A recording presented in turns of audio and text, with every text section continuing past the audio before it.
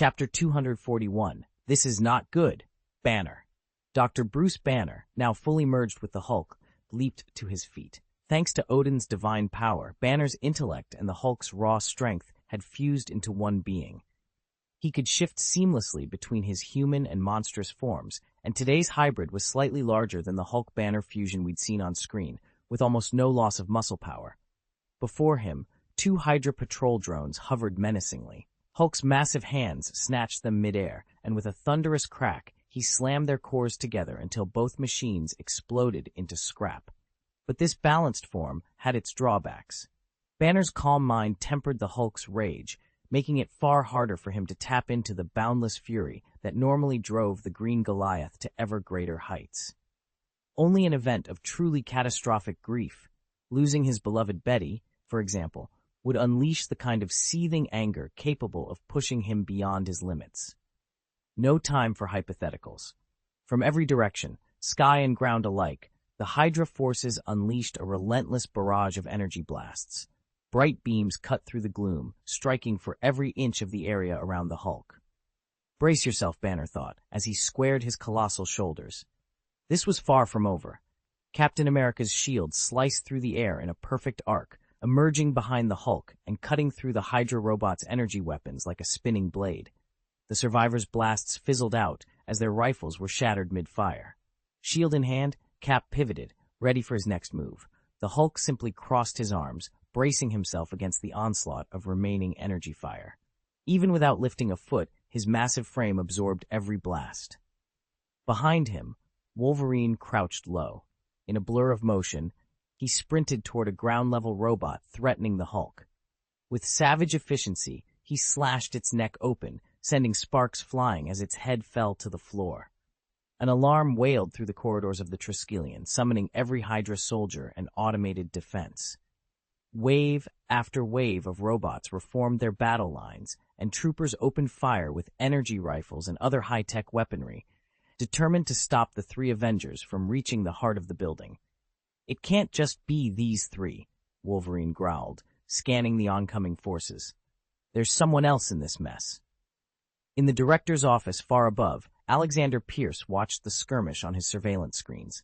Captain America, the Hulk, and Wolverine, three of S.H.I.E.L.D.'s greatest assets, were tearing through his defenses.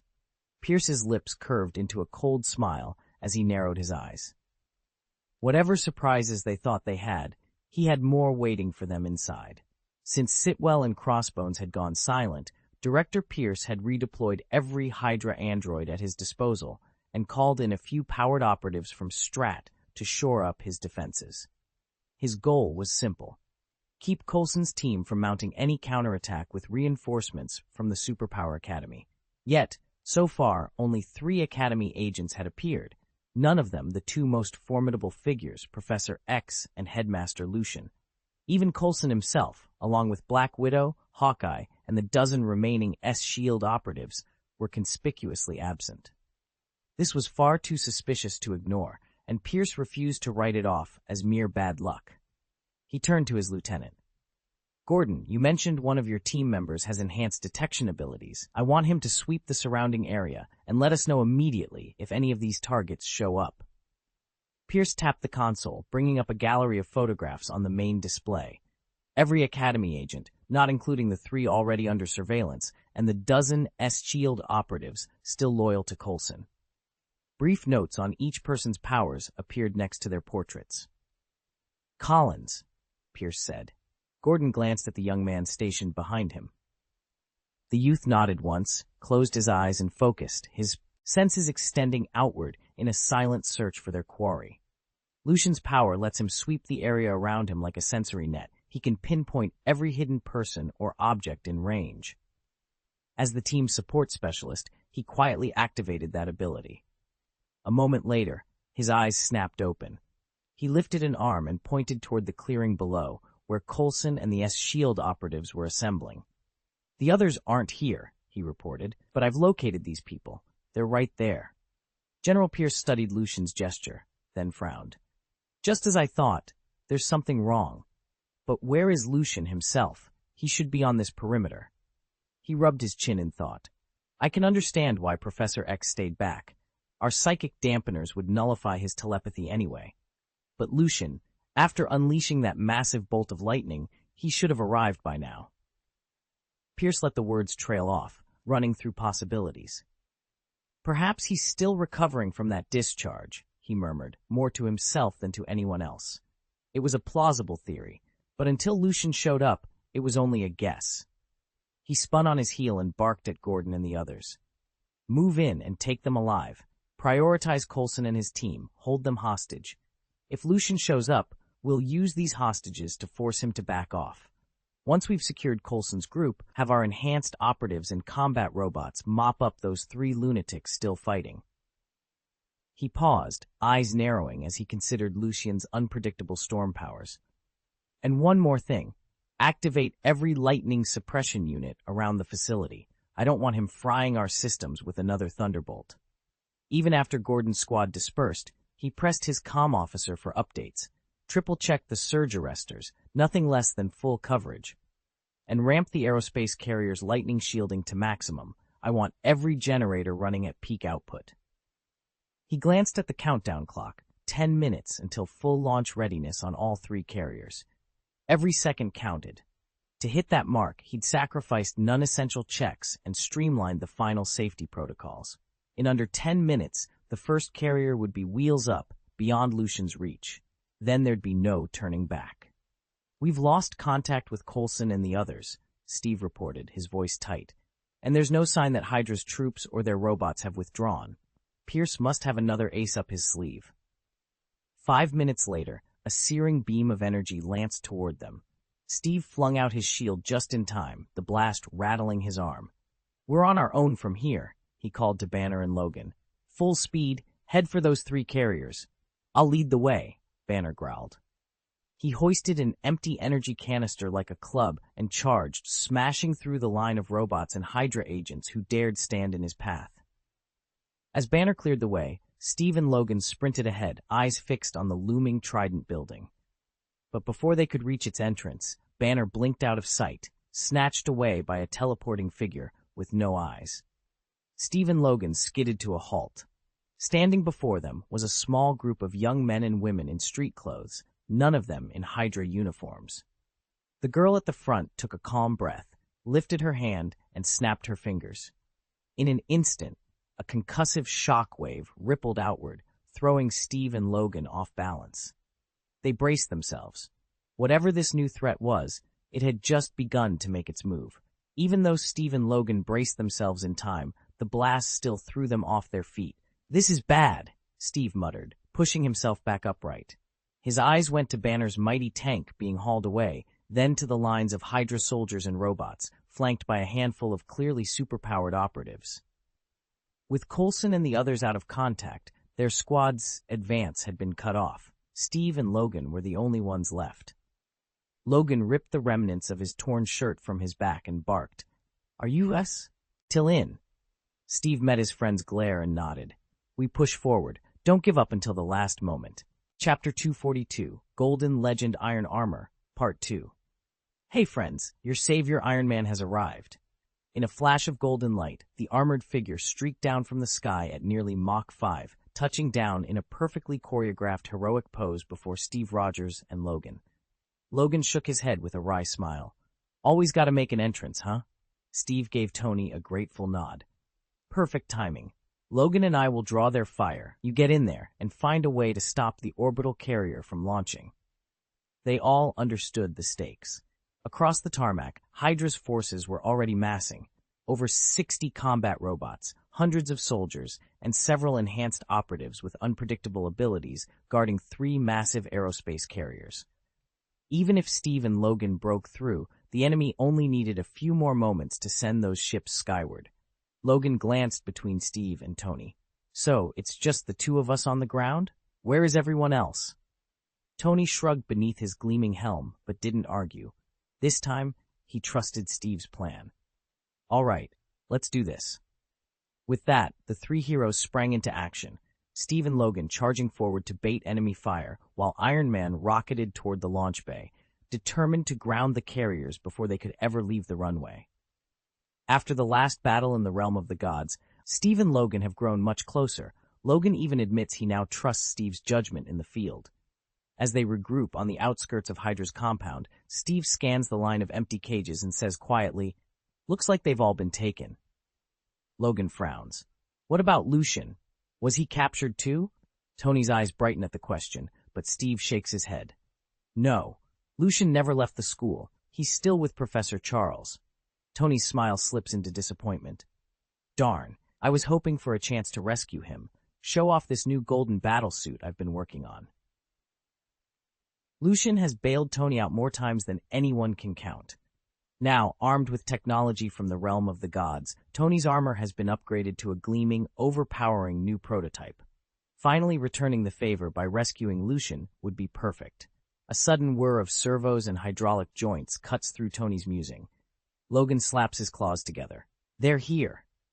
Hydra's automatons come charging across the field in tight formation. Tony plants his feet, raises an arm, and opens his palm. The arc reactor at his chest flares gold, ripples of energy spiraling outward until they converge into a cannon of pure light, thicker than his forearm, humming with raw power. He fires. The beam lances through the lead robots, their metal torsos rupturing and collapsing in a shower of sparks. "Next wave!" Logan snarls, charging forward. Steve hefts his shield. Tony grits his teeth, ready to unleash the suit's full might. Whatever Hydra throws at them, they'll be ready. Tony's shoulders shifted, and the golden energy cannon on his forearm swiveled with him. In an instant, the searing blast tore through over 60 Hydra robots, their circuits frying in mid-stride. Only once the last mech crumpled did Tony deactivate the cannon.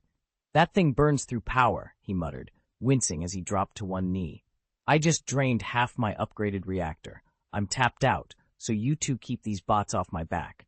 I'm heading in to disable the aerospace carrier's launch systems." The cannon packed an incredible punch, but at a staggering energy cost. Had he worn this suit back in Queens, Hammer Industries drones would have gone down in a single volley, whip locks and all. Now, Hydra troops staggered back in fear, and Tony seized the moment to sprint toward the carrier's central tower. "Watch for enhanced operatives," Steve Rogers called as he and Logan fanned out to intercept the remaining Hydra soldiers. Logan's claws flashed in the dim light, carving a path through the enemy line. High above the Triskelion building, Lucian hovered unseen, cloaked by his invisibility field. He tilted his head, brushing a hand again, sane his chin, and whispered to the night air, "Eerily similar to my plasma electromagnetic cannon." Lucian arrived on the scene moments before Tony did, but he held back. The aerospace carrier still sat grounded, and Steve and the others weren't in any immediate danger. Bruce Banner had been whisked away by a stray teleportation spell, but he was safe. At worst, he'd be delayed in getting back. If Lucian intervened now, he'd only draw attention to how minor the threat really was. Better to wait until the carrier lifted off and the world's top leaders grew anxious. That would be the perfect moment for the Superpower Academy to step in and take all the credit. And if Steve and his team managed to sort things out on their own, Lucian would vanish without a trace. He watched Tony's last salvo, a blast from the chest-mounted cannon, unfold. It looked strikingly similar to Lucian's own plasma electromagnetic rifle, yet there were key differences. Tony's device was purely technological, a clever mimicry of God Realm engineering inspired by the Bifrost. Lucian's cannon, by contrast, combined arcane magic with superhuman energy. In terms of raw power, Tony's beam simply couldn't match the ferocity of Lucian's magic-charged arsenal. Satisfied with his choice to wait, Lucian slipped back into the shadows, ready to make his move at exactly the right moment. Tony's plasma electromagnetic cannon could slice a hill in two. Unleashed here, it would tear the Triskelion building into fragments, but that hardly fazed anyone who knew what the Rainbow Bridge really was. More than mere tech, it represented the zenith of divine magic, fused with cutting-edge engineering, perhaps even infused with raw deity-level power. Tony tapped only its technological core, yet even that made him a prodigy among prodigies. Lucian watched in astonishment. "It's him again," he muttered. He hadn't expected Hydra to be using Inhumans. Tony had already plowed through the last of Hydra's robots and foot soldiers, hurtling toward the building's entrance, only to face two Inhumans posted as sentries. Lucian recognized them immediately, Gordon, the eyeless teleporter, and Daisy, aptly nicknamed the Shockwave Girl. He'd never imagined Hydra could recruit superpowered operatives like these. As Tony prepared to surge past the threshold, Daisy, her arms encased in specialized Hydra armor, lifted both fists and sent out concentric shockwaves. The air rippled with force, barreling straight at Tony's arc reactor as the showdown at the Triskelion door began. Lucian had spent his entire childhood sequestered in Hydra's secret complex, codenamed Afterlife, where he absorbed every scrap of research on superhuman abilities. When the time came, specialized crystals finally triggered his latent powers, and he mastered them in record time. To amplify his gifts, Hydra's engineers fashioned a reinforced arm gauntlet that channels his energy into razor-sharp shockwaves. These aren't mere concussive blasts anymore, but focused pulses capable of overloading mechanical defenses and scrambling neural circuits. They won't kill you, but the resulting migraines can put even the toughest heroes on their knees. He put his new abilities to the test against Tony Stark. Mid-flight, Stark's repulsors stuttered under the onslaught of Lucian's wave, and the armored Avenger plummeted, hands pressed to his throbbing temples. "Jarvis, engage isolation mode. Filter out these shockwaves," Stark barked. "Immediate, sir," Jarvis replied, and a translucent energy barrier snapped into place around the suit, blocking further pulses. But before Stark could recover, Gordon, the eyeless Hydra operative who just spirited Bruce Banner away, slipped in from behind. Weapon raised, he prepared to perform the same covert extraction on Tony. Lucian's orders from Pierce were clear. Stall the opposition long enough for the 3 orbital carriers to launch. If he could send his enemies to the far side of the planet, there'd be no chance they'd make it back in time to intervene. Just moments ago, Lucian had dispatched the Hull, key toward the Great Wall of China, creating maximum distance. Captain America and Wolverine reacted immediately, striking him repeatedly. Each blow disrupted Lucian's concentration and prevented him from activating his power. Meanwhile, Shockwave seized control of Iron Man's systems and redirected him to join the Hulk's pursuit. Even at full throttle, Iron Man, now turned adversary, wouldn't manage to return in time to thwart the launch. With every second Lucian bought, the countdown edged closer to success. As long as his opponents remained stranded on the other side of the world, Pierce's plan would proceed without interference. Chapter 243, The Flying Nuclear Bomb. Just as Gordon's hand closed around Tony, ready to unleash his power, Tony's Iron Man suit flared to life. A surge of electricity crackled across the armor's surface and snapped toward Gordon like a live wire, so intense that it left him trembling, eyes rolling back in his head before he collapsed. "You didn't know my suit has an automatic defense protocol, did you?" Tony quipped, pulling back to safety. Pride sparkled in his voice. Even if Tony himself was momentarily incapacitated, Jarvis could take over, assess the threat, and trigger a countermeasure. Gordon's malicious intent was all it took to set it off. "Gordon!" Daisy shouted, watching the villain convulsing on the ground. She threw her hands forward and dialed her shockwave ability up to full power. The blast of energy knocked Tony backward, away from the downed assailant, and sent him skidding into Steve and Logan's waiting arms. Tony gave a sheepish grin. "She's stronger than she looks." From his vantage point above them, Lucian watched Daisy's waves of force rip through the air. He couldn't help but marvel at how expertly she'd shielded them all. In the TV series, the Shockwave Girl had seemed impressive, but Daisy was in a league of her own. Lucian let out a low whistle. This rescue team just got a whole lot more formidable. Lucian's brow furrowed. He thought he'd once read in the comics that Shockwave Girl had even beaten Magneto, though he wasn't sure if it was true. Then a new voice crackled through the chaos. "Looks like the army just rolled in, and they're led by someone we know." Sure enough, Lucian spotted a column of soldiers, tanks, and heavy equipment not far away. At their head was General Thunder Ross, the same officer Lucian had crossed paths with on an earlier mission. Ross clambered up onto a command vehicle, grabbed the megaphone, and let loose a shout that echoed off the S.H.I.E.L.D. headquarters walls. "Pierce and all Hydra agents, drop your weapons and surrender at once. If you don't, we will open fire." Behind Lucian, Tony Stark rose to his feet. The blast moments ago hadn't wounded him. It had merely propelled him backward. Until now, Hydra's planted operatives had so muddied the waters that neither the World Security Council nor the U.S. government trusted Nick Fury's warnings, and so far, they'd stayed out of the fray. But this time, the stakes were unmistakable. Nick Fury was dead, and Tony had personally confirmed he'd been in contact with top government officials. At last, everyone grasped just how dire the situation had become. General Ross checked his watch as he stood on the steps of the Triskelion. Less than a minute remained before Hydra's aerospace carrier lifted off. The president had just given him authority to deploy every available unit from around Washington to block that takeoff, and Ross had wasted no time in rallying his men. Inside the compound, Hydra's remaining robots, troops, and alien mercenaries fell back and sealed the main entrance. They crowded together, erecting the final defensive line against the incoming shield assault. A booming voice crackled over the loudspeakers. "Lieutenant General Ross, I advise you to call off your attack," said Gideon Pierce, Hydra's commander. "The dozen SHIELD agents who breached this building have all been captured. Not only that, but we hold dozens of additional operatives loyal to SHIELD as hostages." Ross scowled and signaled his sharpshooters to take aim. Pierce continued, unperturbed, "If you make another move, I will start executing them, one by one." Beyond the barricaded doors, the distant roar of engines told of the carrier's imminent launch. Ross tightened his jaw.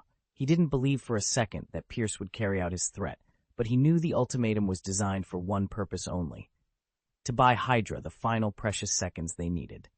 "Men, hold steady," Ross barked into his mic. "We go in on my mark."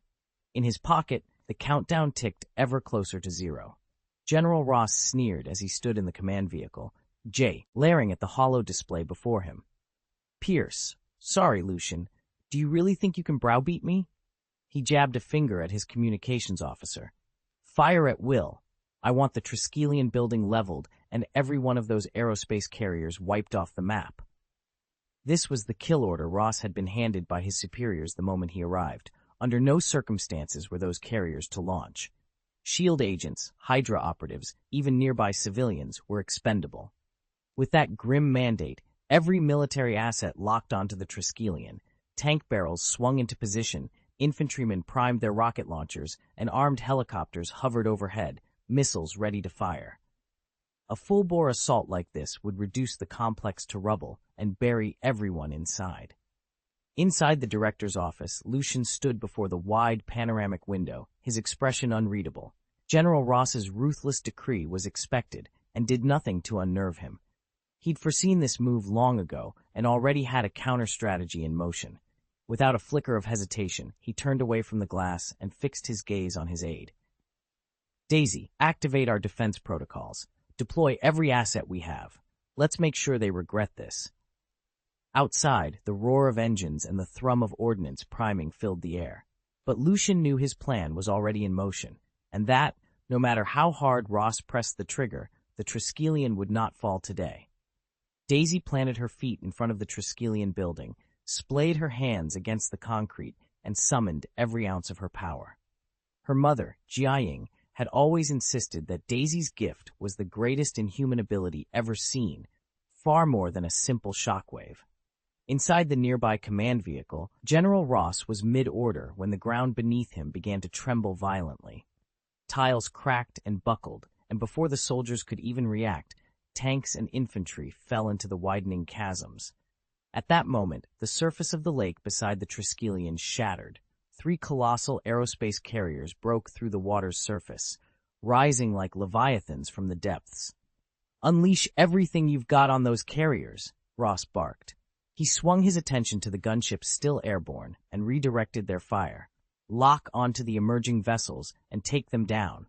Now." The moment the armed helicopters locked their missiles on target, 3 orbital carriers unleashed their energy batteries in unison. Brilliant arcs of concentrated force ripped through the sky, vaporizing every gunship in an instant. On the ground, soldiers who had barely recovered from the shockwave were torn apart before they could even raise their weapons. Any hope of organized resistance vanished. "Tony, take us up there," Steve ordered, already climbing into the Quinjet's cockpit. In barely 60 seconds, they had gone from negotiating Pierce's hostage threat to watching their entire ground force disintegrate under General Ross's orders. No one had anticipated such a ruthless, single-minded attack, and now they were forced to decide whether to defy Ross to rescue the hostages or to obey and risk losing innocent lives. Captain America bristled at the thought of ceding to Ross's strategy. "We're not burying our heads in the sand," he said. "We save the hostages first, every last one of them." Bucky was among the captives, and Steve's resolve only hardened. Tony Stark hesitated at his console. Logically, he understood Ross's argument: eliminate the larger threat fast, then deal with the rest. But emotionally, he couldn't accept sacrificing a few to save many, especially not after the last year's lessons. Logan's brow creased as he watched the carriers fade behind them. Events had unfolded too quickly. There hadn't been time to process the magnitude of what Ross had done. As the Quinjet's engines roared to life, Steve glanced back at them. "No one gets left behind," he said, voice firm. "Not today." With that, they rocketed into the gathering storm, determined to rescue their friends before it was too late. "Okay." Tony gave Steve a curt nod, instantly understanding the plan. "Emma, Marcus, let's move out. We'll chase down those 3 aerospace carriers, and once we're close enough, Marcus will slip inside and see if we can force them to lower to the ground." Before they could launch, a clear voice cut through the tension. "No need for a team operation. I'll handle it myself." The trio whirled around to find Lucian standing just behind them. Emma's relief was palpable. "Lucian, you're here." Steve let out a breath he hadn't realized he was holding. "Perfect timing. I was starting to worry we'd be outnumbered up there." Lucian offered a confident smile and flexed his wings. "I sensed things were getting out of hand. Show me the targets." Without another word, he sprang into the air, wings beating powerfully as he soared toward the 3 hovering carriers. Tony was reaching for his comlink to update the World Security Council when his face went pale. "Rod just called. There's a nuclear warhead inbound. The Council's declared this area a lost cause, and they've authorized a direct strike." A cold silence fell over the group. Below them, the carriers loomed ominously. Above, Lucian cut through the sky, determined to buy his friends the time they so desperately needed, time that might be measured in mere seconds. Chapter 244, Just a Nuclear Bomb. 10 minutes earlier, the World Security Council convened an emergency session. The chairman opened the meeting with grim news. "Nick Fury is dead, and our situation has deteriorated rapidly. If Hydra's Insight project succeeds, our nation will face an existential threat, one that could spiral into World War III or worse."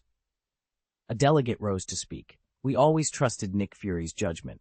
His warnings were never without merit. We must act on his last intel and move against Pierce immediately." Another council member shook his head. "This debate is pointless now. Fury's gone rogue more and more each year, launching covert operations without approval. I'd planned to rein him in, but he proved incapable of protecting himself. Pierce got to him first." "The Department of Defense will handle it," an official announced. "Secretary Ross has already deployed the army. Relying on a handful of Hildcats operatives and mutant assets won't cut it. If necessary, we'll flatten the entire sector."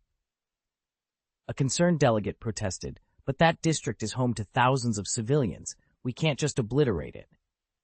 The reply was cold and resolute.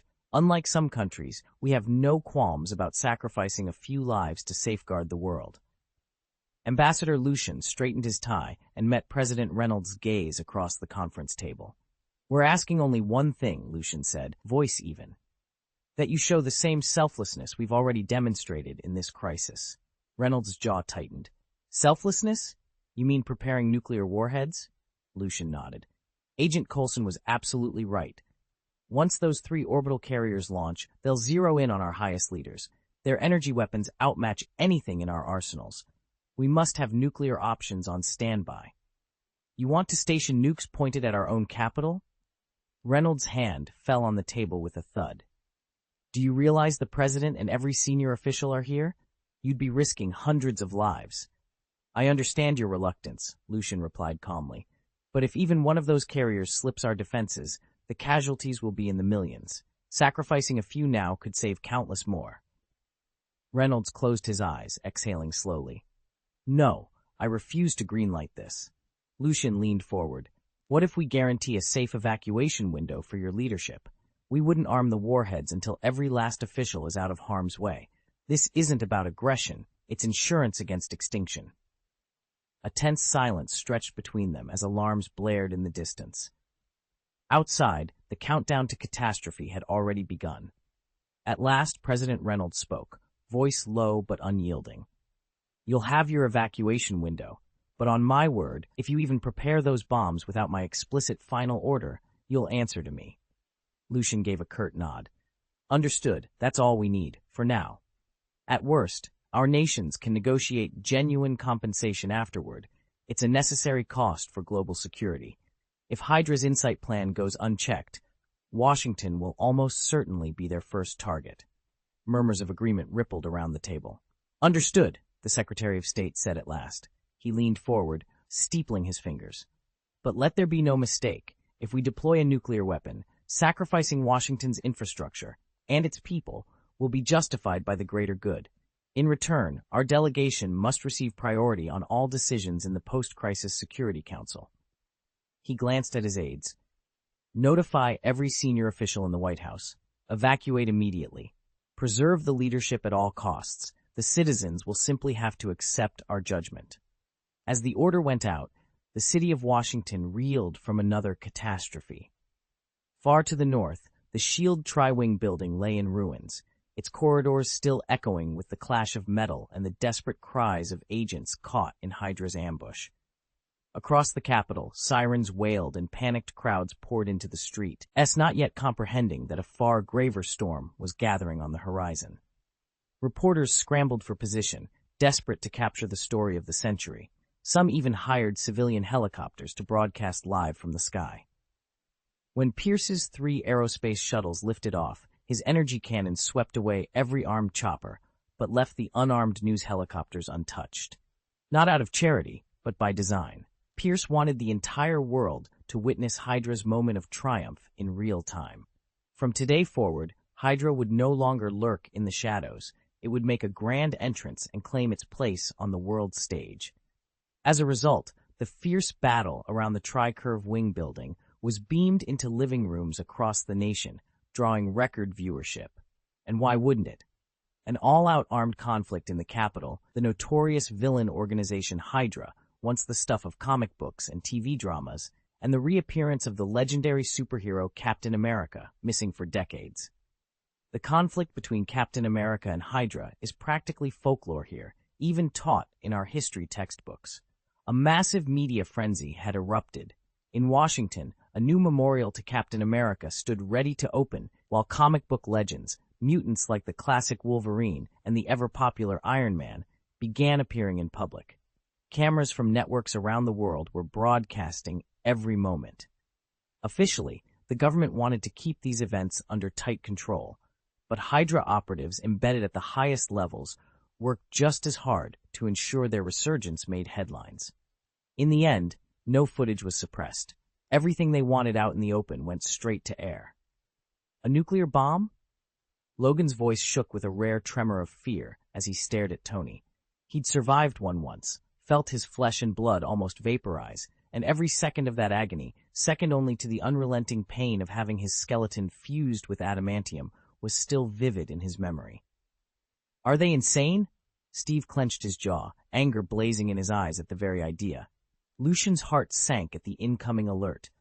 Detonating a nuclear warhead here would destroy the alien carrier, but it would also kill thousands of innocent civilians below. Over the comm, a tense voice announced, "The warhead's launched. Impact in 30 seconds. I'll divert it. Tony, you stop that carrier." Tony Stark snapped to attention, eyes flicking across his suit's heads-up display. Understood. My armor tops out at Mach 5. I'll catch the warhead mid-air, steer it away, and send it to detonate outside the city. No need, Lucian said, waving them off. In the next instant, he vanished. He moved with purpose. The nuke attack had shocked him, but it wasn't unprecedented. During the Chitauri invasion, Earth's leaders had faced that same desperate choice. Lucian couldn't risk leaving this to Tony alone. One miscalculation, one premature detonation command, and the bomb would go off before they could react. Better he handle it personally, and save both the carrier and every life in the city below. Lucian hovered just beyond the blast radius, close enough to draw gasps from every member of the Security Council. This was no accident. He wanted them to see, in living color, that even the planet's deadliest weapon was nothing but child's play at his command. "Here it comes," he called out. With a graceful sweep, Lucian unfurled his gleaming white wings and rose higher into the sky. Below him, a nuclear bomb hurtled earthward like an avalanche of metal and fire. Most would have turned away in terror. Lucian simply watched. He raised a single hand. Instantly, the bomb froze in mid-flight, suspended by his power alone.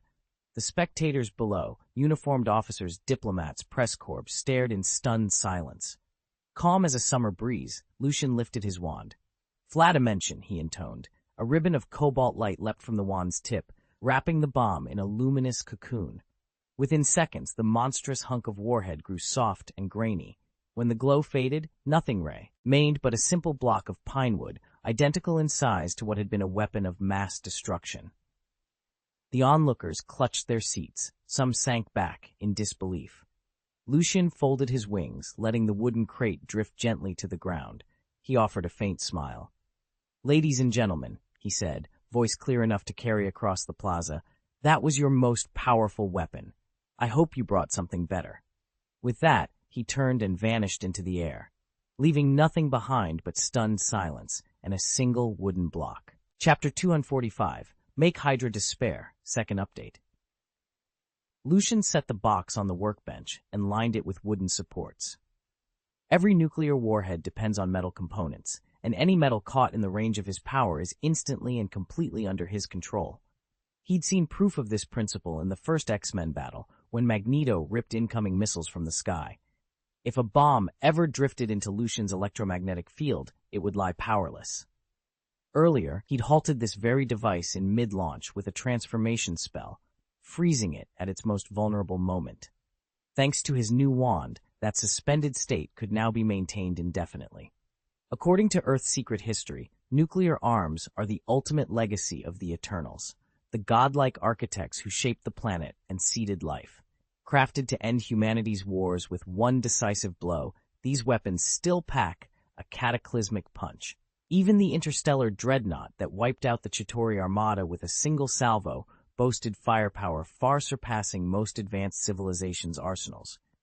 In Hydra's hands, such a weapon would spell total annihilation, and Lucian intended to see them despair long before that could ever happen.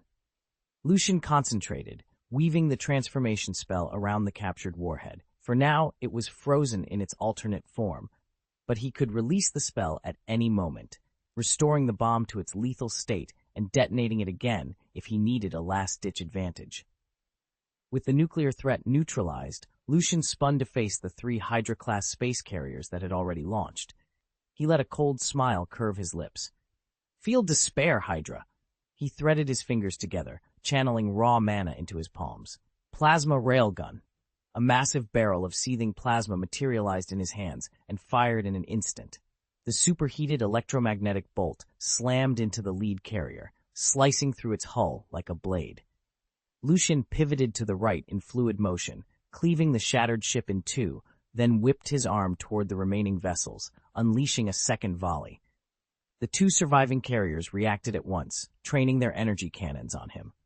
3 rapid-fire blasts tore through the void with thunderous booms.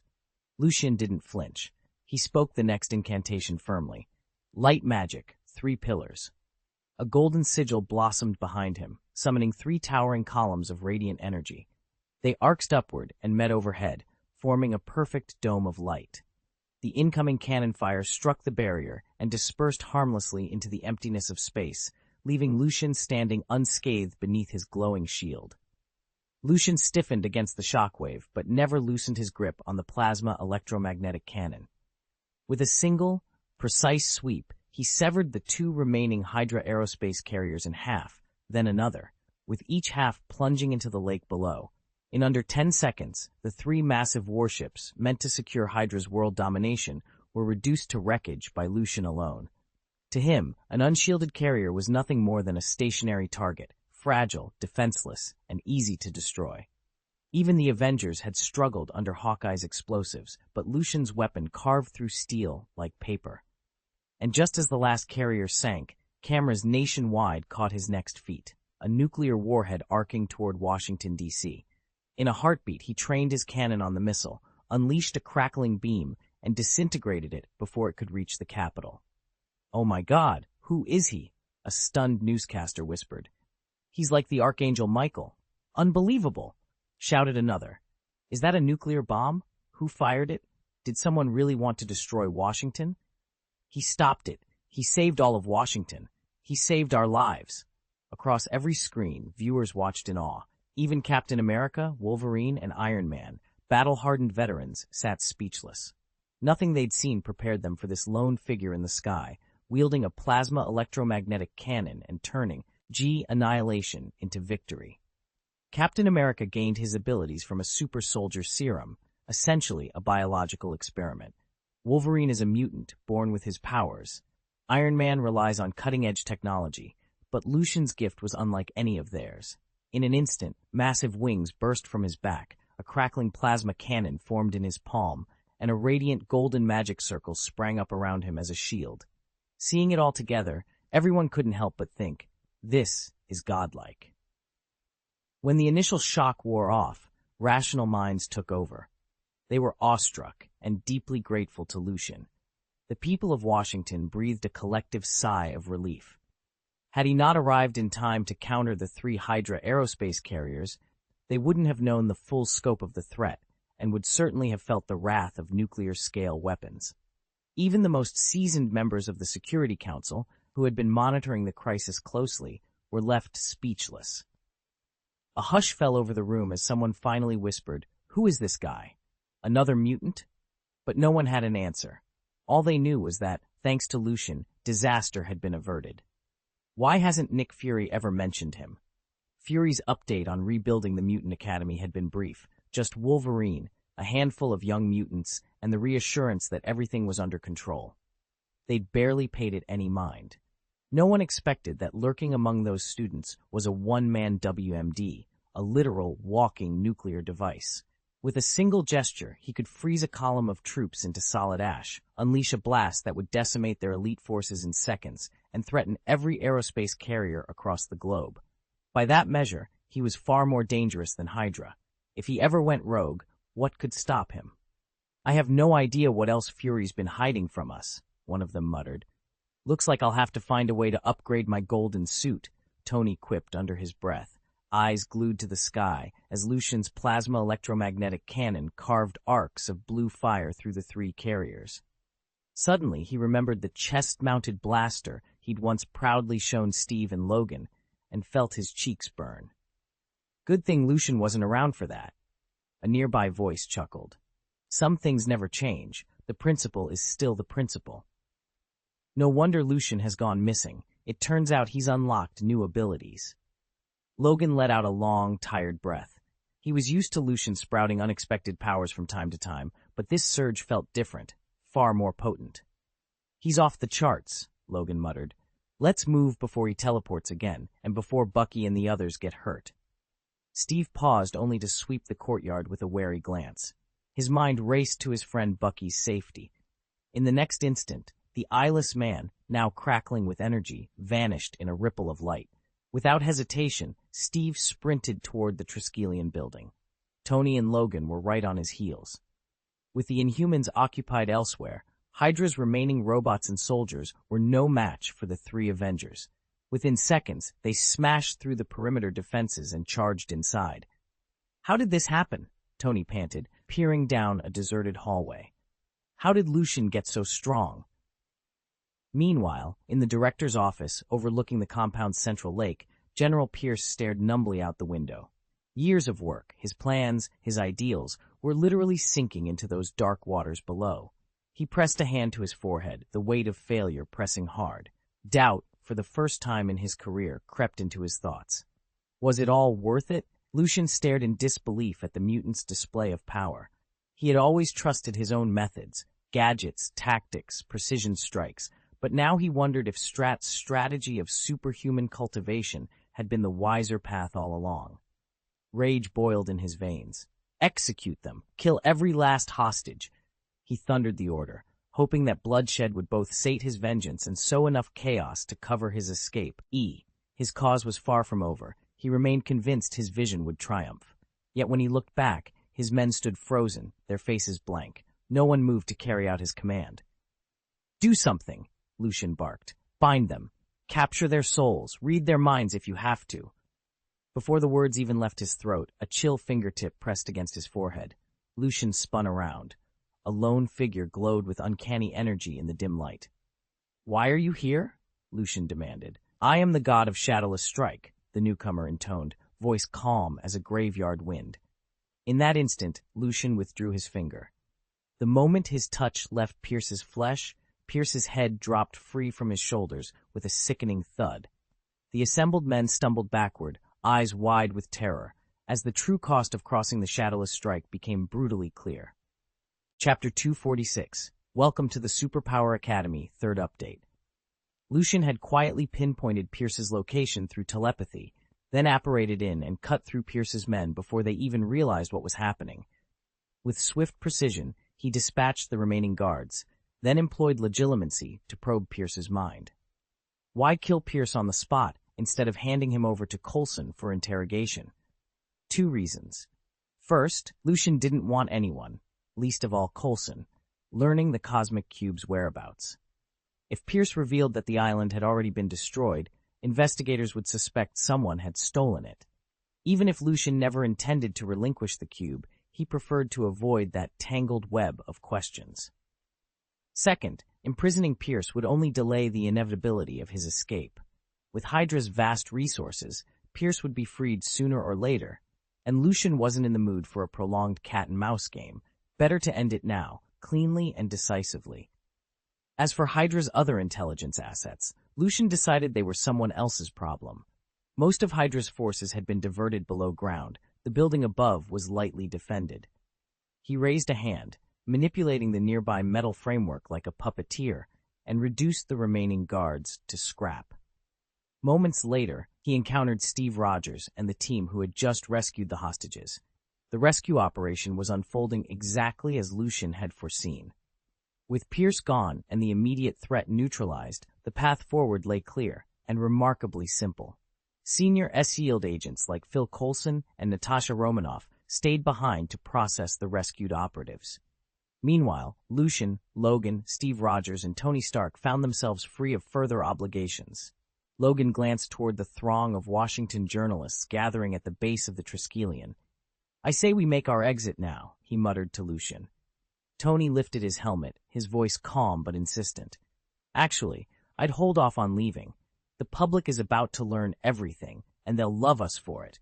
There's no better moment to introduce the Superpower Academy." Lucian hesitated. He'd been ready to slip away, avoid the spotlight, but Tony had a point. They'd just saved the capital and, quite possibly, the entire world. Now was indeed the perfect time to announce the school. He met Logan's eyes and gave a slight nod. Before they could step forward, a reporter rushed up, microphone extended. "Excuse me, are you really Captain America?" Steve Rogers smiled politely. "Yes, I fell into a glacier and remained frozen for 66 years. Headmaster Lucian rescued me earlier this year." Another journalist pressed closer, camera flashing. "And you, are you Wolverine from the comic books? So mutants actually exist?" Someone else called out to Lucian. "Mr. Lucian, are you a mutant too? Why does Captain America refer to you as the headmaster?" The questions came fast and relentless, the crowd pressing closer for answers, and for a first glimpse inside the Superpower Academy's new chapter. "Which school are you the principal of?" a reporter shouted, elbowing forward through the throng. Steve Rogers and Logan exchanged uneasy glances, unsure how to respond. Tony Stark, predictably, fielded most of the questions, though this time the only angle left for the press was his newest battle suit. With mutants no longer part of the public lexicon, superpowered individuals was the term du jour. Anyone whose abilities exceeded normal human limits qualified. The reporters shifted their attention to the newcomer, Lucian, whose calm presence seemed almost otherworldly. He stepped forward, clearing his throat. "All right, let me explain," Lucian began, voice steady. "In today's world, the term mutant has fallen out of use. We're simply superpowered people with a variety of talents, anything from enhanced strength and healing factors to genius-level intellect. By that definition, Tony here certainly counts as superpowered. He gave Tony a quick nod, earning a wry smile from the billionaire inventor. As for me, I founded the Solace Academy for Superpower Development. Our mission is to recruit young individuals who show extraordinary potential and provide them with the training, mentorship, and resources they need to master their abilities. When they graduate, they'll be ready to make meaningful contributions to society, whether that's in heroism, science, or any field that benefits from their gifts. A hush fell over the reporters as they scribbled notes furiously. Steve and Logan relaxed slightly, grateful for the clarity Lucian's introduction brought. Tony leaned in, whispering to Lucian, "Nicely done, Principal." Lucian just smiled. Today, the world had finally met the man behind the academy, and the next generation of superpowered heroes was about to get its champion. Lucian stood before the assembled parents and prospective students, his voice calm and confident. "Our academy boasts an extraordinary faculty," he began. "On staff we have Captain America, Iron Man, Wolverine, and that's just to name a few. Each of them is not only a legendary hero, but also a dedicated teacher. If you or your child possess abilities beyond those of ordinary people, our school is the place to help you master and refine those gifts. We offer tailored training programs to improve control, develop tactical skills, and chart a clear path for your future." He paused, letting that sink in, then continued. "Now, about our most recent mission. We received a direct invitation from Agent Phil Coulson of Eshield to confront Hydra's latest scheme, using advanced aerospace carriers to seize global dominance. Under the code name Insight Project, our team collaborated with Eshield operatives to neutralize this threat before it escalated." Lucian's expression turned serious. Hydra had planned to launch a nuclear strike on Washington, D.C. as a demonstration of power. Thanks to Captain America's leadership, Iron Man's technological expertise, Wolverine's tactical prowess, and the rest of our faculty, we intercepted the carriers, disarmed the warheads, and thwarted the attack. In doing so, we didn't just save the capital, we prevented a conflict that could have ignited worldwide devastation. He sighed. The government prefers to keep the full story under wraps. Understandably, revealing it would have caused widespread panic. Right now, federal officials are scrambling to placate the citizens of Washington and craft an official narrative for the rest of the country. But for those of you here tonight, I can assure you, the danger has passed, and our heroes remain vigilant. Here at our school, we're committed to training the next generation to rise to whatever challenges lie ahead. Lucian leaned forward in the dim glow of the cockpit, his eyes cool and steady. "I've just exposed Hydra's Insight Project. Every twist, every loophole. Sure, it'll give governments a migraine, but that's their problem, not ours. The more they fuss, the less they'll meddle with the school." He tapped a sequence on the holo display. "Bottom line, any superpowered individual, anywhere in the world, is welcome at the Superpower Academy. Our official address, New York City." He winked at Tony, then turned towards Steve and Logan. Without another word, he vanished in a shimmer of displaced air. A moment later, they reappeared aboard the invisible X-Fighter hovering overhead. Lucian's lips curved into a satisfied smile. Revealing the Academy's location, an entire block of downtown Manhattan cloaked from ordinary sight, posed no risk. Only those Lucian invited could actually perceive the school's walls. Everyone else, no matter how close, would pass right by, oblivious. And thanks to Professor X's telepathy, any gifted newcomer drawn near will automatically catch Charles's attention and earn a spot after a quick interview. "That'll speed up admissions like nothing else," Logan remarked, stretching his claws only to retract them again.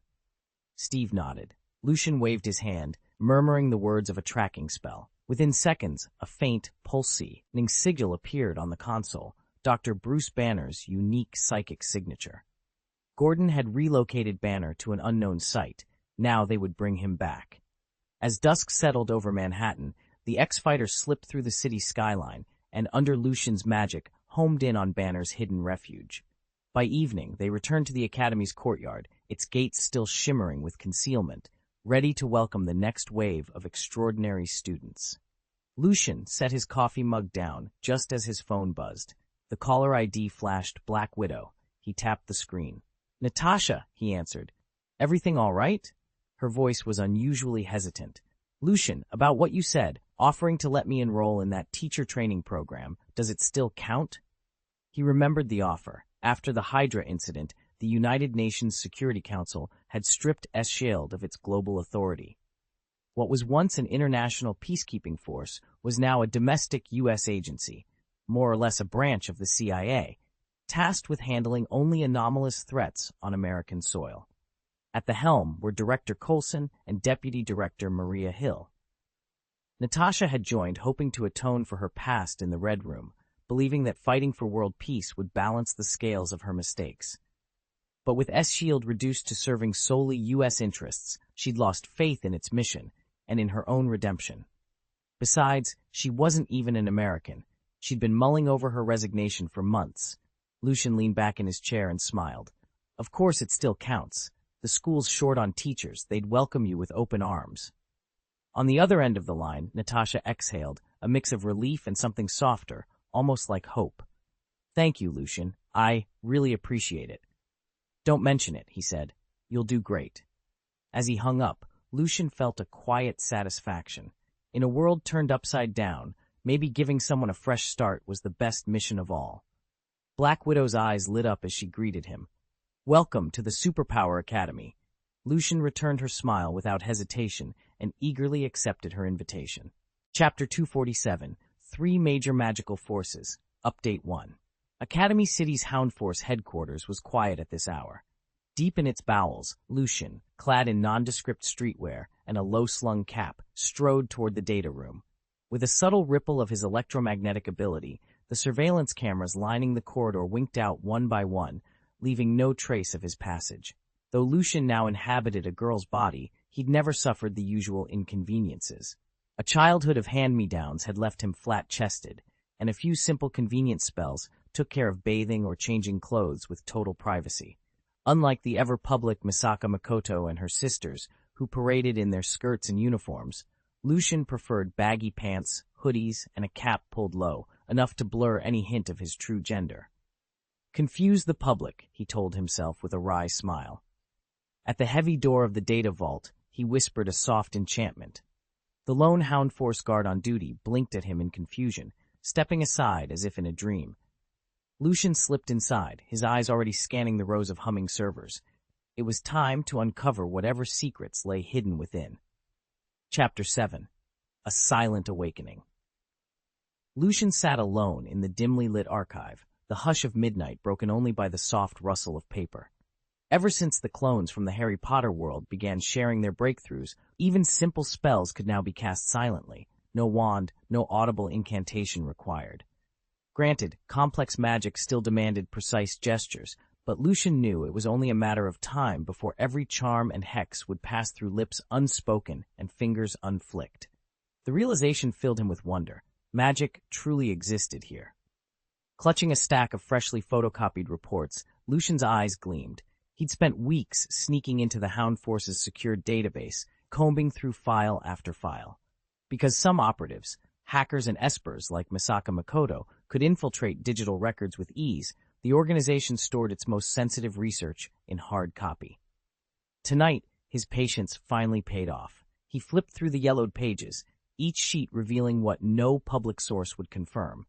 This world was alive with mystical powers, organized into rival factions, each claiming a singular authority over the arcane arts. 4 stood supreme.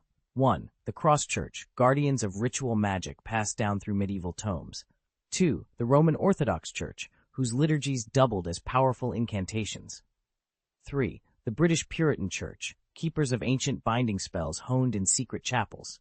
4. The Russian Orthodox Church, renowned for enchantments born of Slavic folklore. Lucian traced a fingertip down the list.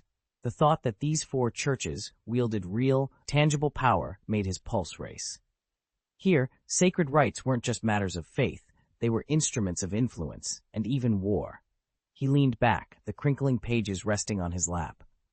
If the clones could already cast without speaking, how far behind were these formidable institutions? And more critically, what would they do if they discovered clones siphoning their secrets? A chill slid down Lucian's spine. He refocused on the next file, sealed research on silent cursecraft. As he absorbed every word, one truth solidified in his mind. In a world of hushed magic, knowledge was the deadliest weapon of all. Lucian leaned back in his chair and reviewed the last of the summary notes. Aside from the major magical orders, dozens of folk societies and freelance magicians operated in the shadows. Though the file offered few specifics, it made one thing clear. These practitioners saw magic as simply another form of superpower. Magicians, in their eyes, were a distinct class of espers. Academy City's stance was hostile, pushing magicians to the fringes. Worse, internal rivalries and feuds ran rampant among the magical community.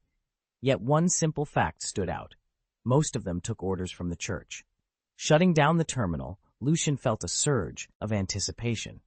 If he could seize a high-ranking church magician and read their memories, he'd gain instant insight into the structure, the politics, even the spells themselves. He rose from his seat, already mapping out his next steps.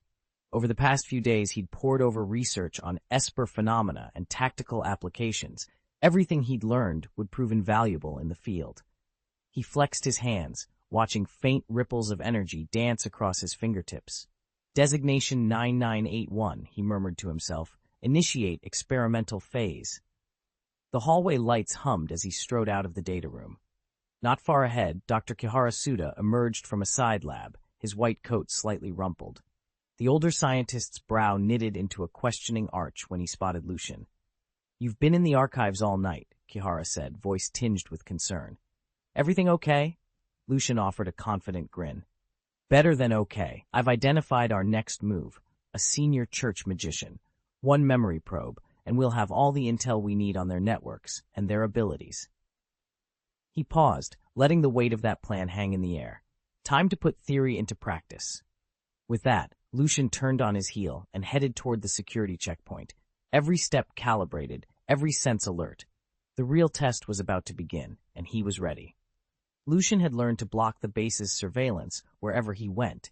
He hated being watched. That meant no one ever really knew what he did while wandering the corridors. Yet lately, every attempt to track him invariably placed him near the reference room. The guards there swore they'd never seen him, but Lucian could sense their unease. Something wasn't right. When Dr. Kihara Suta invited him down to the laboratory, Lucian didn't refuse. He followed the scientist without hesitation. Kihara's experiments promised to accelerate the growth of Lucian's powers, but Lucian knew better. The doctor wasn't content merely to boost his abilities. He wanted to dissect Lucian's mutant physiology and discover the secret behind his gifts. With his legilimency and telepathic gifts, Lucian could see the tiny flickers of doubt and ambition behind Kihara's confident facade. The man's mind was on the verge of collapsing under the strain of what he planned to do. As soon as they stepped into the lab, Lucian seized his chance. He whispered the imperious curse under his breath and laid it on Kihara's back, bending the scientist's will to his own. At the same time, he generated an electromagnetic pulse that silenced every camera, sensor, and microphone in the room. With the lab's monitoring systems down and Kihara entirely under his control, Lucian was free to pursue his own agenda, whatever that might be. Lucian settled his gaze on Kihara Suda through the reinforced glass of the laboratory chamber. The imperious curse, amplified by Lucian's psychic aptitude, held Suda in perfect thrall, an obedient lab rat for every one of Lucian's experiments. "Proceed," Lucian commanded softly. "But don't draw my blood this time, and alter the outcome data." At Lucian's instruction, Suda moved methodically, running assays, adjusting voltages, monitoring energy outputs. When the sequence ended, Suda scrolled through the terminal's results with trembling fingers.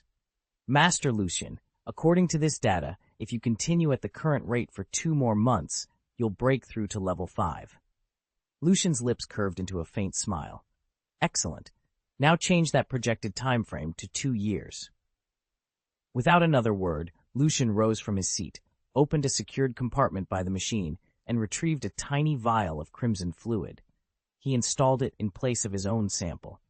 If Aleister Crowley, Suda's true patron, saw only sluggish progress, he'd let his guard down around Lucian. And this wasn't Lucian's real blood anyway. He'd siphoned it weeks ago from one of the other Misaka sisters, ensuring the Academy's sensors would record his phantom cells rather than his own. He refused to give Academy City a drop of his true blood for their endless research. As the machine hummed back to life, Lucian's dark eyes gleamed with triumph. Lucian had covertly delved into Suda Kihara's memories, and what he discovered reshaped everything he thought he knew about Academy City. He had always assumed that the city's development of superhuman abilities was the work of a collective governing council, a group of high-ranking officials pooling their resources and expertise. In reality, there was only one true power behind it all: Aleister Crowley, the council's president and sole architect of Academy City. According to Kihara's recollections, Crowley commands absolute authority. Kihara himself and the elite operatives known as the Hounds answer directly to him. Despite his omnipotent reputation, Crowley is confined, suspended upside down in a life support chamber in District 7, where he continues to issue orders through intermediaries. It was from him, Kihara remembered, that the horrific experiments on the Misaka sisters originated, and even the tiny surveillance drones that now monitor the sisters trace back to Crowley's hand. Creating an entire city devoted to the study and cultivation of supernatural talent required a genius few could fathom, but controlling it so perfectly, even from a life support pod, suggested power beyond imagination. Lucian realized that confronting Crowley would demand more than raw strength. He would have to unravel the secrets that keep the city and its chilling mastermind alive. Lucian refused to act on impulse. Instead, he chose to lie low and discreetly sow misinformation about himself through Kihara Suda. Whenever those tiny reconnaissance automatons dared to approach, he'd instinctively flare his magnetic field to drive them off, or, when stealth was essential, weave a simple illusion to vanish from sight. Once he'd shepherded Kihara Suda safely back into the Hound Corps headquarters, Lucian whispered the words of his mind-erasing rituals. Forget everything. Now, fill in the gaps. First, he cast the Forget Memory spell, wiping clean every trace of the interrogation. Then he layered on his false memory enchantment, planting new, harmless recollections in their place. Finally, with a soft exhalation of power, he lifted the Soul Reaper curse he'd bound to Kihara Suda. To the unsuspecting agent, Kihara Suda felt as if nothing had ever gone amiss. After Lucian departed, he calmly retrieved the samples of Lucian's blood, believing they'd been drawn through the machine, and prepared for another round of tests. Meanwhile, Lucian slipped out of Hound Corps headquarters without so much as a ripple. The corridors fell silent behind him, and he vanished into the night, leaving only carefully planted lies in his wake. Chapter 248, 100,000 3,000 Magic Books, Second Update. Let's grab a bite. Stepping out of the Hound Corps base, Lucian strolled through the busy streets of Academy City until he spotted an underground food court. Though his new body no longer needed food to survive, going too long without a proper meal still left him uneasy. He resolved that, unless things got hectic, he'd keep 3 square meals like anyone else. Inside, he found a small ramen shop and ordered a steaming bowl. He was halfway through when a crisp, feminine voice echoed in his mind. "Attention, please. I'm a discipline committee member broadcasting this telepathically. Do not be alarmed. We've detected terrorists among the crowds in the underground district. The defenses are about to seal off the area. Evacuate immediately. Please, everyone, leave at once." Shocked customers and the restaurant owner alike jumped up, abandoning bowls and utensils. Lucian set his chopsticks down and rose with the rest of them.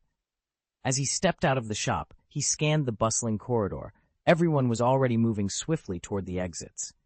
Lucian took a deep breath, wiped a drop of broth from his mouth, and was about to hurry off when something tugged at his curiosity. Martial law or not, he'd seen too many close calls to walk away blindly. He would find out exactly what was going on and who was behind this attack before the doors slammed shut. Incidents like this aren't all that rare in Academy City. Beneath its veneer of peaceful progress, the city often attracts outside forces hungry for its cutting-edge technology and research. When those interlopers slip past security, clashes inevitably follow.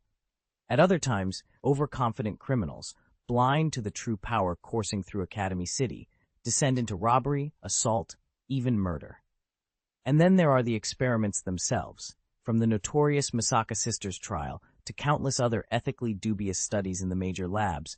Many test subjects have broken free in violent, uncontrollable rages.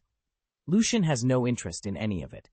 His only goal is to spend the next 2 months here in relative quiet, push his abilities to level 5, and then move on to one of the great churches to learn the world's magic.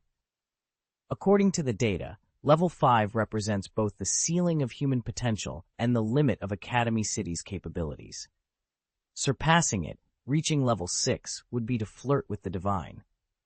Lucian isn't convinced this city is anywhere near that frontier. Lucian watched in stunned silence as the discipline committee member finished her telepathic sweep of the crowd. In Academy City, there is no ordinary police force. Law and order rest in the hands of 2 groups, the municipal guards and the student-run discipline committee. The guards are civilian volunteers armed with the world's most advanced weaponry.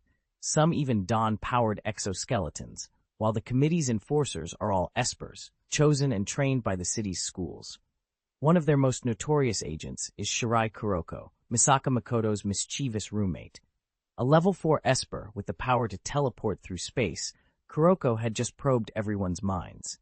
As people began shuffling toward the exits in a daze, Lucian spotted something eerie etched onto the wall to his right, a single, disembodied eye. It flicked back and forth, scanning the fleeing students, then swooped elsewhere in the corridor as if searching for a particular target. The effect was nothing like any esper ability he'd encountered. No hum of psychic energy, no telltale spatial distortion. Still, its otherworldly glow and the way it moved convinced him of one thing. This had to be magic, not science. And if that was true, Academy City was about to face a threat unlike any it had ever known. Lucian crouched in the shadow of a marble column at Academy City's central plaza, heart-pounding. "A magician actually breached the city?" he murmured, eyes fixed on the strange floating orb, an enchanted eye that drifted ahead. With a swift gesture, he cloaked himself in an invisibility illusion, and followed. The eye bobbed along the cobblestones until it came to a stop before 3 students, a boy in a crisp white shirt, a dark-haired girl whose posture was rigid with discipline, and a younger girl wearing a spotless nun's habit. Suddenly, the eye burst into a manic laugh.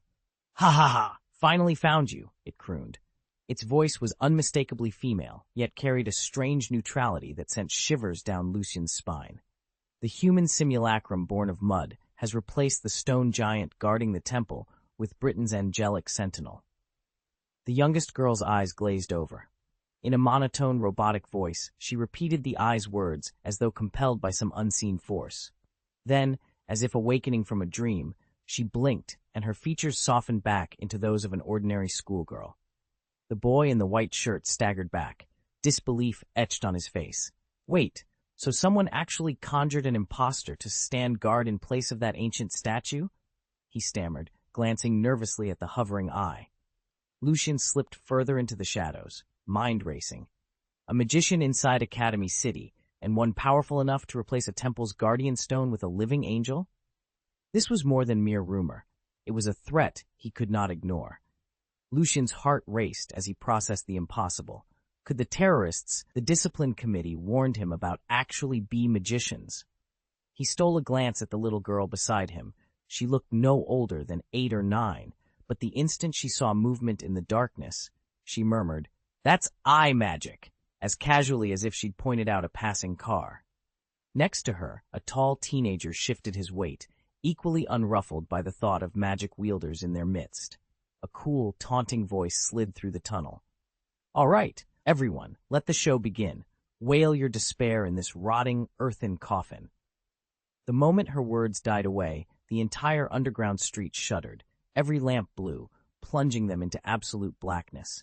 Lucian fought the urge to panic as the girl and boy next to him immediately squared off. "Index, you handle Windslash, then duck behind those crates," the boy ordered sharply.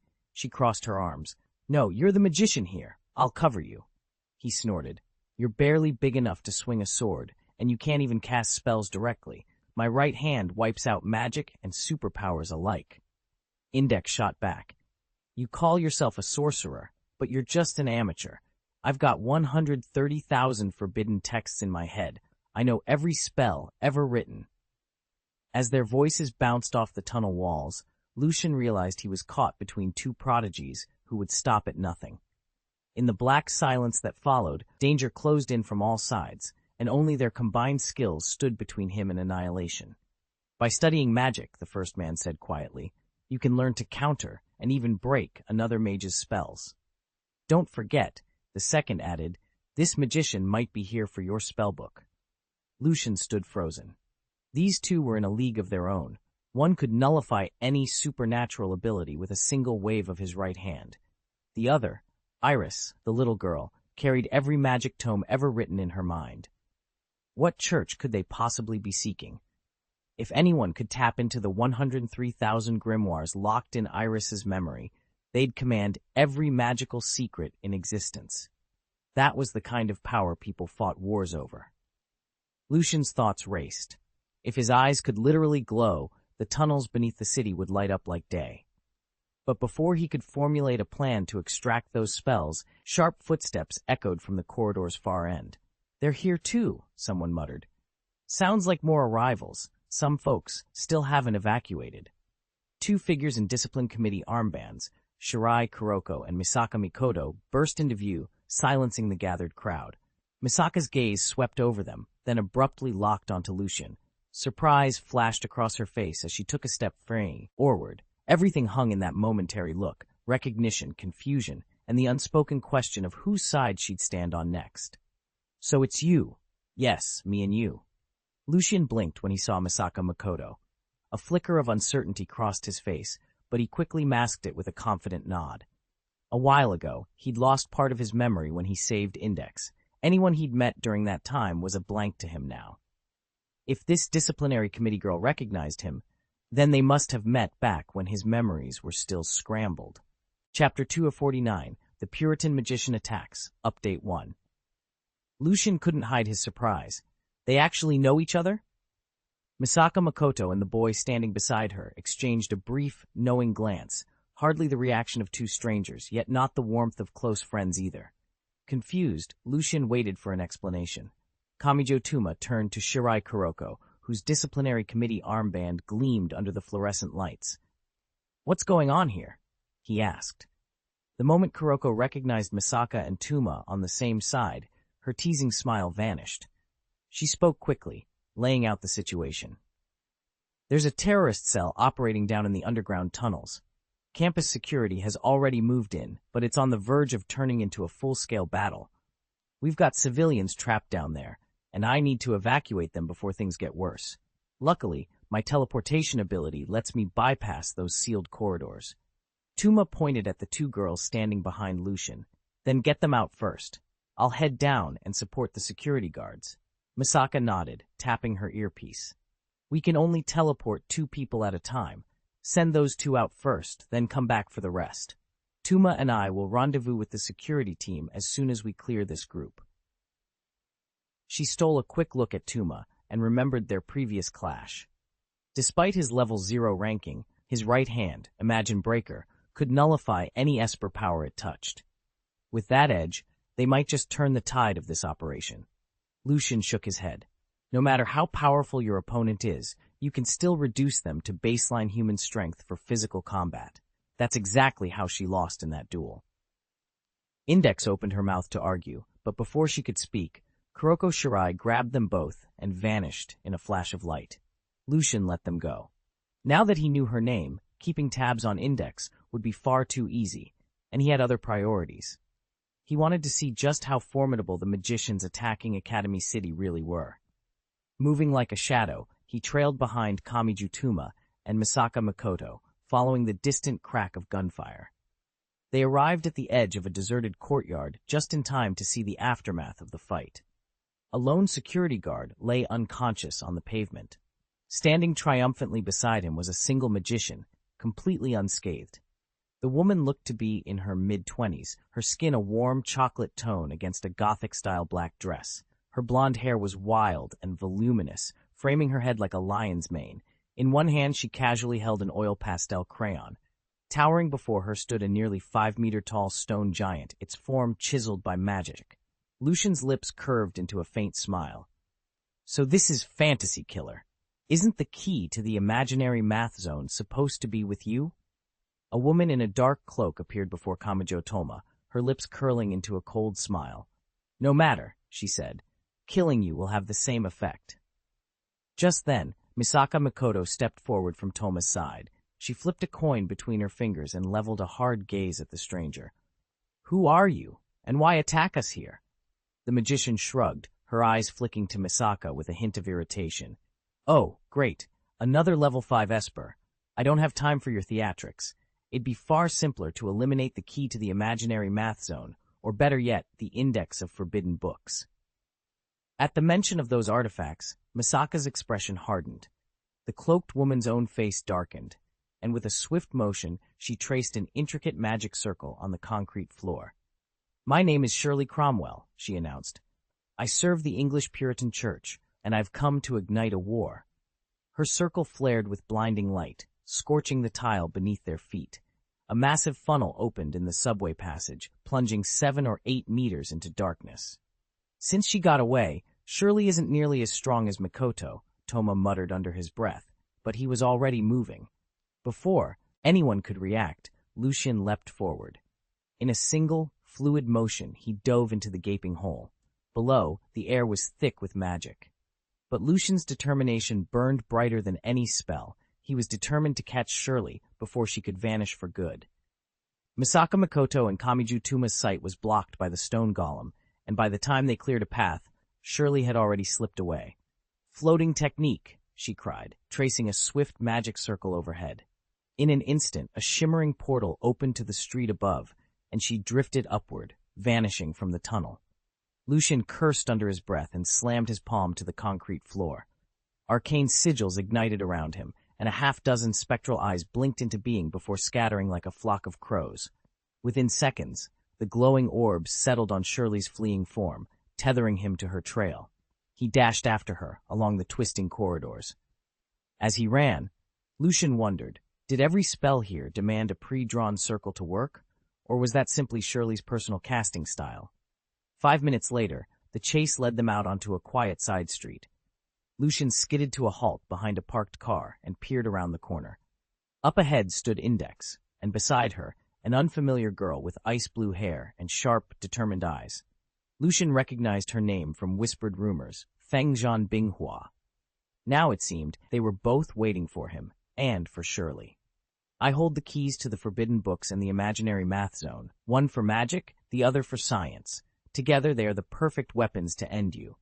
Shirley stood before Index and Fengjian Binghua, her eyes blazing as she sketched a glowing magic circle into the cracked marble floor.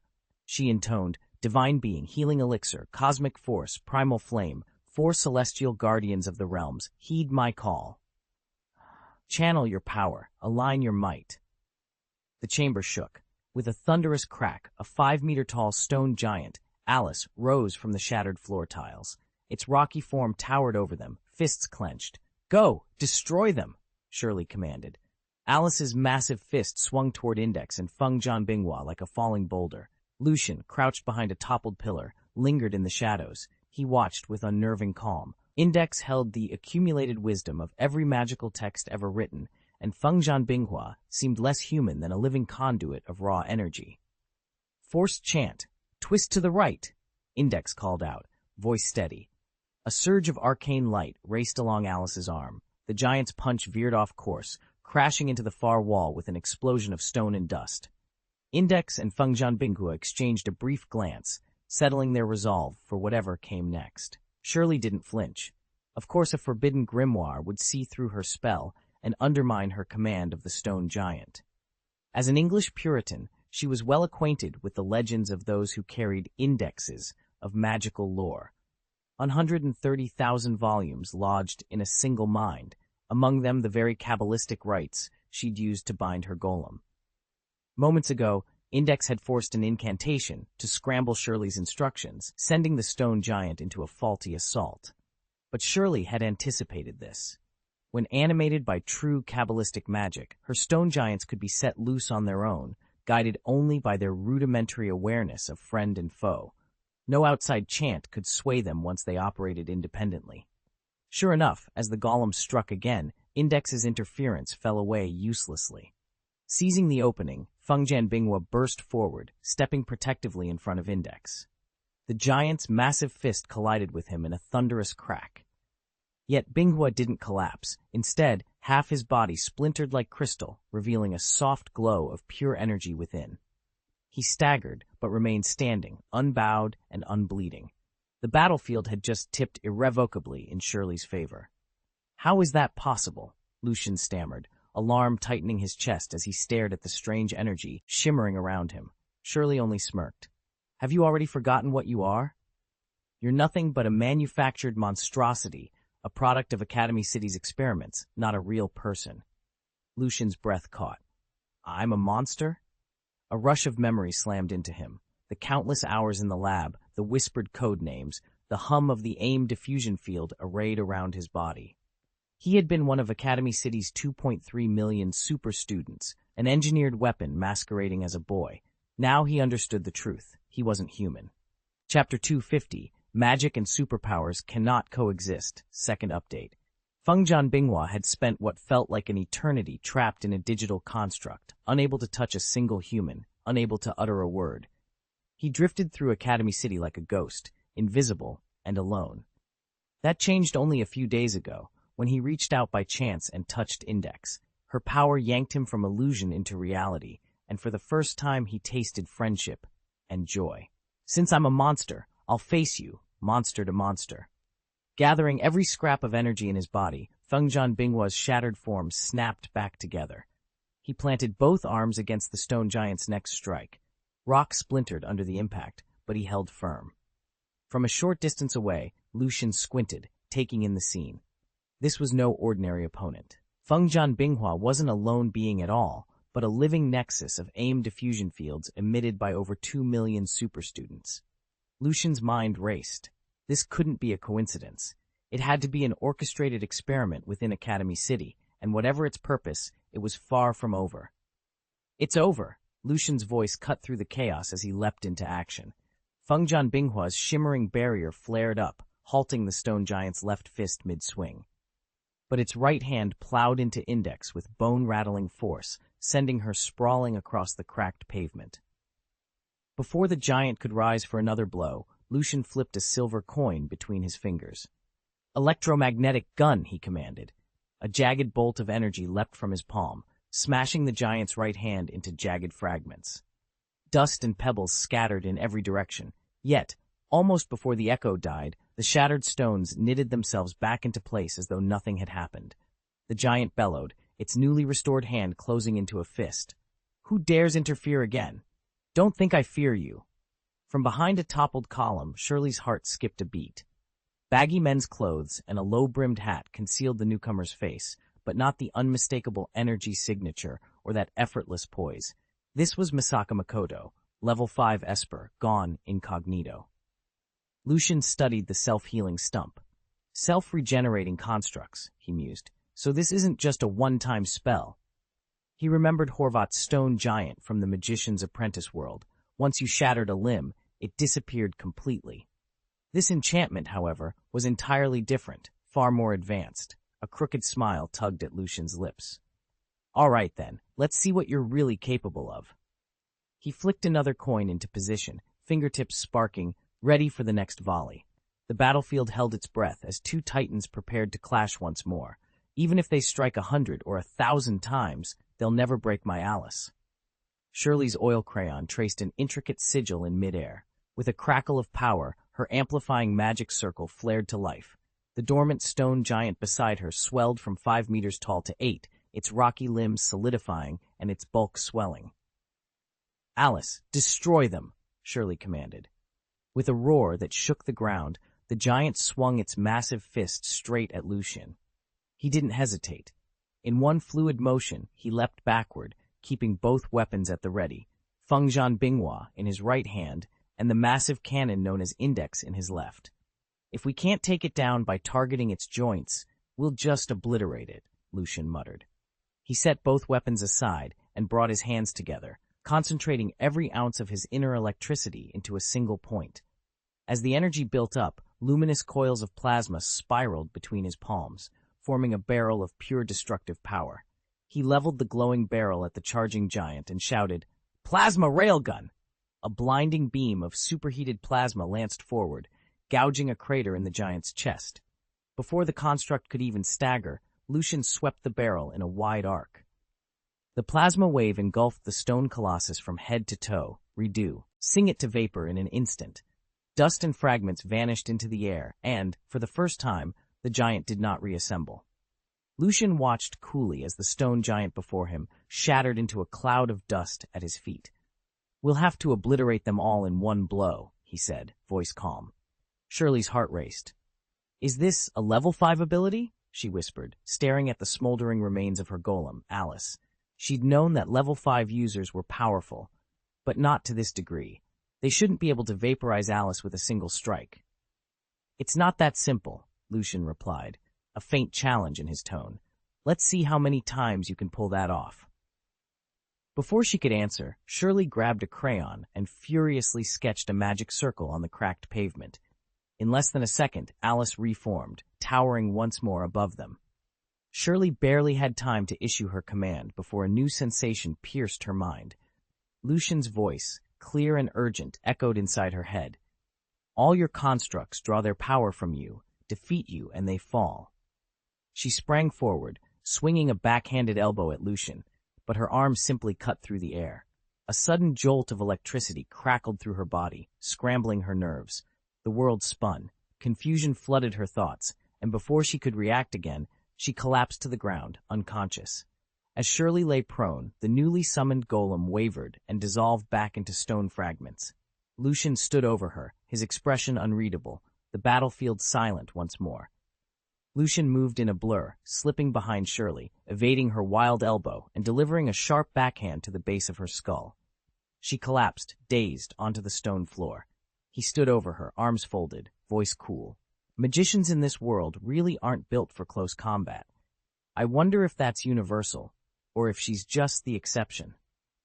Shirley may have looked helpless now, but her true strength lay in her summoned stone colossus, a hulking, rock-skinned giant with near-impervious defenses and the uncanny ability to instantly heal. Even if it was shattered, she could call it forth again and again. Few with ordinary superpowers could handle that. Without her giant to shield her, though, Shirley's own fighting skills were painfully lacking, and Lucian had exploited that gap in her defense flawlessly. He knelt beside her, voice low but insistent. "Let me see your memories." A flicker of panic crossed Shirley's eyes. Lucian whispered the single word of power, legilimency. His fingertips pressed lightly against her brow, and a ripple of telepathic energy radiated out. Immediately, a flood of recollections, over 20 years' worth of hopes, fears, victories, and hidden experiments, began to stream into his mind. Each memory was a piece of her story, waiting to be unraveled. Even if I sifted out the trivial memories and focused only on the crucial ones, converting them into video playback, I'd still need months to watch them all at a normal pace. But this isn't a normal situation. Inside the human brain, thought moves at breakneck speed. The mind skims and digests memories dozens of times faster than real life. It was like a dream. I felt as though I'd traveled through weeks of Shirley's past, yet when I lifted my head from the lunch table, only seconds had passed. In under a minute, Lucian withdrew his hand from Shirley's forehead, blinking in astonishment. I never expected this. What he'd gleaned from her memories far exceeded anything he'd imagined.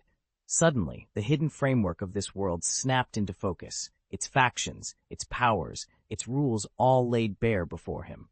But first, he needed to understand the woman whose mind he'd just explored. Shirley Cromwell served as a mage in the British Puritan elite force known as the Necessary Evil Church. Her specialty was earth attribute magic, most notably the creation and control of golems sculpted from living stone. Beyond her fighting prowess, she was also the church's foremost code interpretation expert, skilled at decrypting arcane scripts and unraveling hidden magical algorithms. Through years of discipline and danger, Shirley had become indispensable to her order, so indispensable that granting someone full access to her memories was nothing short of a privilege or a peril. As Lucian gathered himself, the true weight of what he'd just learned pressed down on him. He now knew why Shirley carried herself with such quiet confidence, why the church entrusted her with its darkest secrets, and why, Perhaps she had allowed him this unprecedented glimpse into her soul. Chapter 7. The Codekeeper. Lucian Argyros was unrivaled in his mastery of hidden languages. Whether woven into allegorical paintings or emblazoned on heraldic shields, no cipher could escape his scrutiny. He sat hunched over a centuries-old crest, the warm glow of a single lamp illuminating the intricate filigrees and Latin mottos. Each brushstroke, each gilded line, spoke to him in a secret tongue he'd spent a lifetime learning to understand. Yet beneath the beauty of these ancient symbols lay a darker legacy. 20 years ago, a coalition of clerical magi from the British Puritan Church and researchers from Academy City embarked on an audacious experiment. They believed that by fusing their respective arts, arcane ritual and superhuman science, they could create a new breed of magician, one who would command both genuine magic and extraordinary powers.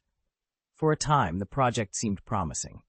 They built a secluded laboratory where wizards and engineers worked side by side, cross-pollinating their methods, calibrating spell matrices with genetic enhancers. But the result was a catastrophe.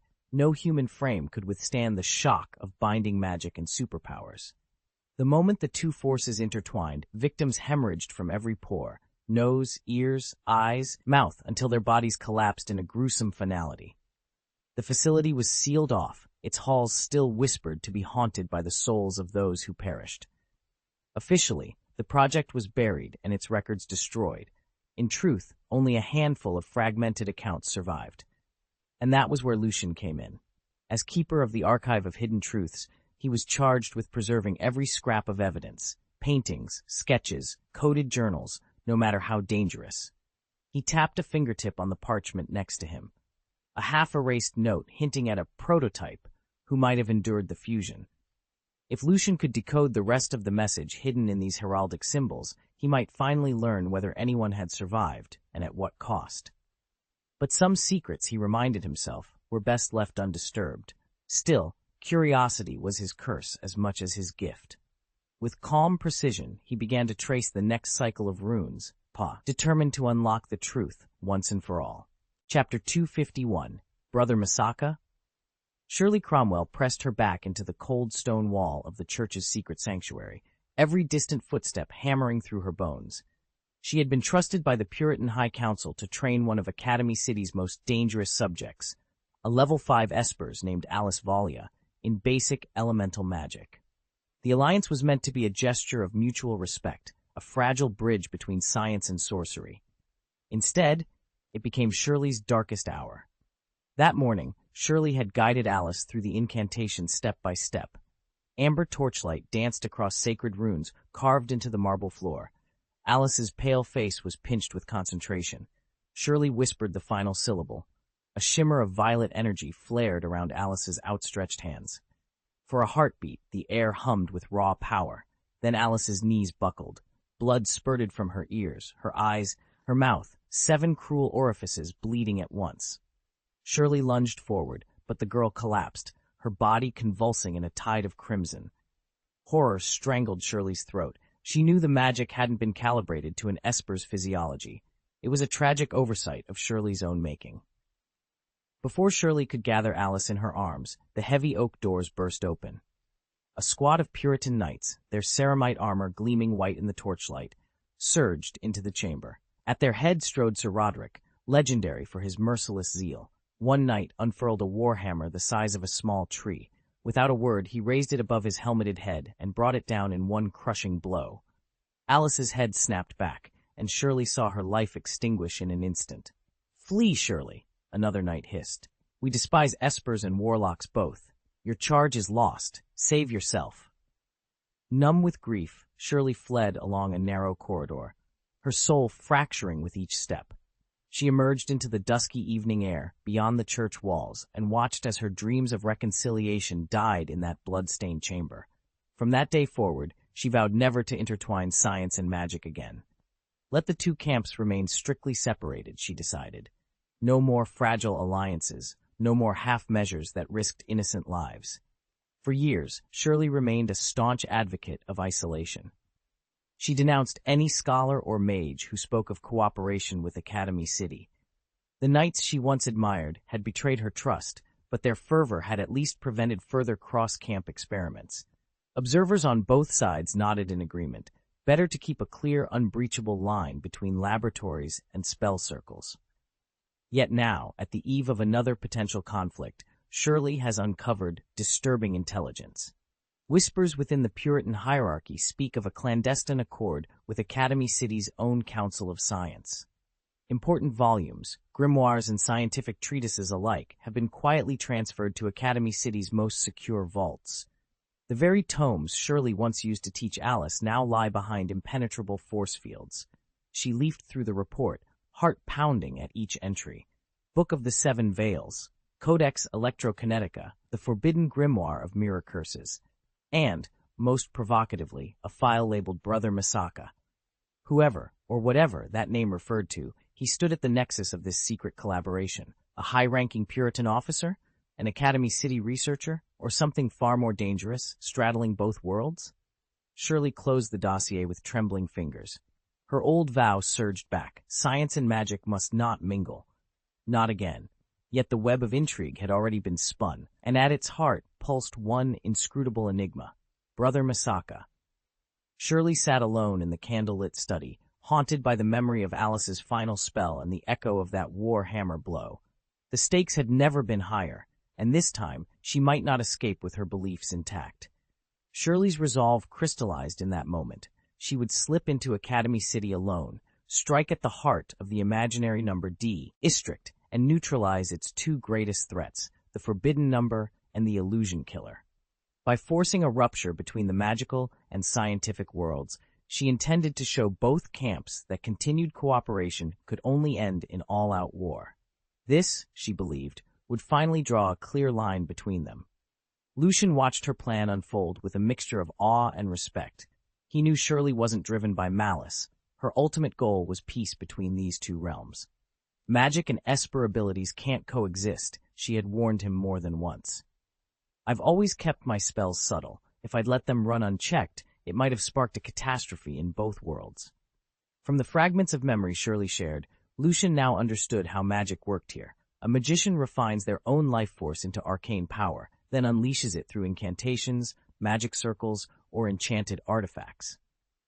Espers, by contrast, emulate pure, natural energy, raw elemental power drawn directly from the world itself. As Shirley slipped away to carry out her daring mission, Lucian felt a thrill of anticipation. With both worlds teetering on the brink of conflict, the stage was set for a confrontation that could reshape their future, one way or another. Superpowers, as Lucian understands them, stem from mastering the aim stance, stimulating the brain to project a personal reality that then reshapes the macrocosm and produces extraordinary effects.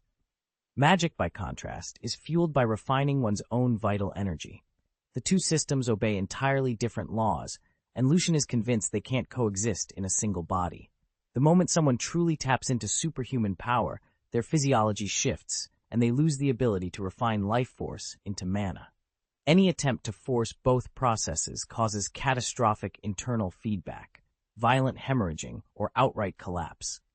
Lucian, however, never faces that danger. His magic isn't drawn from refined vitality, but from wizard blood inherited at birth. When he does meditate to bolster his mana reserves, he channels external energies rather than siphoning off his life force. Even his superhuman abilities are more than the standard aim-generated powers of this world. He also wields mutant gifts born of a rare fusion. Because he never resorts to vitality refinement to fuel his magic, there's no conflict between his two disciplines. What might be a fatal contradiction for others simply doesn't trouble him. Lucian realized that once he mastered the world's magic and channeled it through his own power, the results would be identical. So those 13,000 grimoires aren't going to be easy to get, after all. He sighed again as he watched Fengjian Binghua and Index draw near. From the memories he'd seen in Shirley's mind, he knew it would be all but impossible to steal Index's stored grimoires, whether by legilimency, psychic force, or even the imperious curse. Index was a nun of the British Puritan Church, born with perfect recall and entrusted with memorizing virtually every magical text in existence. To ensure she never strayed or betrayed the church, her memories were wiped clean each year, and she was reassigned new companions and relationships. That cycle only ended when she crossed paths with the extraordinary Kamijo Tuma. With his help and the support of her former partners, Index finally escaped the annual erasure. Even so, her body remained protected by a defensive enchantment known as the Automatic Secretary. Lucian stared at the intricate arcane array hovering around the Forbidden Book Index. This was the Church's ultimate safeguard, designed by its most brilliant magi to tap into the wisdom of 103,000 magical tomes and protect the Index's mind from any unauthorized intrusion. The moment anyone tried to force its memories, or if the Index's life was ever gravely threatened, severe blood loss, for example, an entity called the Automatic Secretary would spring to life and seal off all access. He realized that unless he could disable this sentinel, it was impossible to extract a sin, glee spell, or fragment of lore from the Index's brain. And to be honest, Lucian had no confidence that he could dismantle the Automatic Secretary without inflicting irreversible damage on the Index's mind. These church magicians were nothing like the illusionists he'd once underestimated. Rumor had it they had mastered the very essence of magic, pushing their craft to godlike heights. Some even whispered that they were on the verge of summoning demon gods, beings whose power could obliterate entire worlds at a whim. Confronted with such overwhelming might, Lucian knew he faced his greatest challenge yet. If the Auto-Secretary really couldn't be destroyed, Lucian realized, then the only other way to get at its secrets would be for Index herself to volunteer every grimoire stored in her mind. But that was hopeless. Index's sworn duty as the keeper of the Forbidden Tree was to protect over 103,000 magical texts, and a cadre of Puritan magi stood ready to defend her at a moment's notice. Far better, he decided, to slip into the great churches and try to glimpse their vaults of scripture in secret. He shrugged off the thought. Today's haul of information was more than enough to justify the effort. Before he could learn even the simplest spell of this world, Lucian still had to raise his own ability to Meta Ability Level 5, a process that would take 2 months. 2 months of breathing room to refine his strategy, and what a head start he'd gotten by probing Shirley's memories. Not only had he absorbed volumes of arcane lore, he'd also copied the intricate instructions for a Kabbalistic ritual. With luck and enough power, he'd be able to reconstruct it on his own. He turned to Mikoto Misaka, who stood by in quiet support. "Thank you for saving us, Misaka Oni-san," he said sincerely. Index's pale face brightened into a gentle smile. Together with Fengjian Binghua, she offered Lucian a deep, respectful bow. "You're most welcome," she whispered, her gratitude clear even in her soft voice. Lucian smiled and gave a casual wave. "I'm not Misaka's sister," he said, "but her brother." He couldn't claim the 130,000 magic points just yet, but building goodwill now might pay off later. "Brother?" Index stared at him in his new men's clothing, blinking as she tried to reconcile her memories with the person standing before her. Before she could say more, a flash of light announced another arrival. Shirai Kuroko, fresh from rescuing civilians trapped in the underground passages, had teleported to Lucian's side in an instant. She wrapped her arms around his elbow, eyes sparkling. "Big sister. No, big brother," she squealed.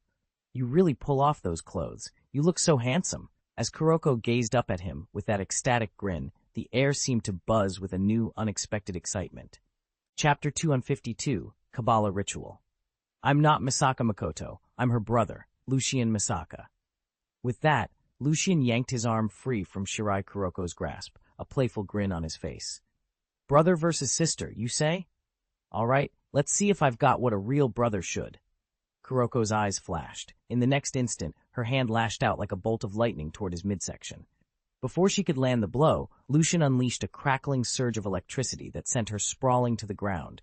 Breathing hard, Kuroko glared up at him. "You're incredible," she admitted, a grudging respect in her voice. Lucian shrugged, brushing his sleeve clean. He waved over to Index and Kazazan Binghua, who had been watching the exchange with wide eyes. "Sorry, friends, something's come up. I'm off for now." There was no point lingering here when he could be putting his newly learned magic to the test somewhere more private. With a final wave, he slipped away. Moments after Lucian disappeared, Kamijo Tuma and Misaka Makoto arrived on the scene, unaware of the sparks that had just flown.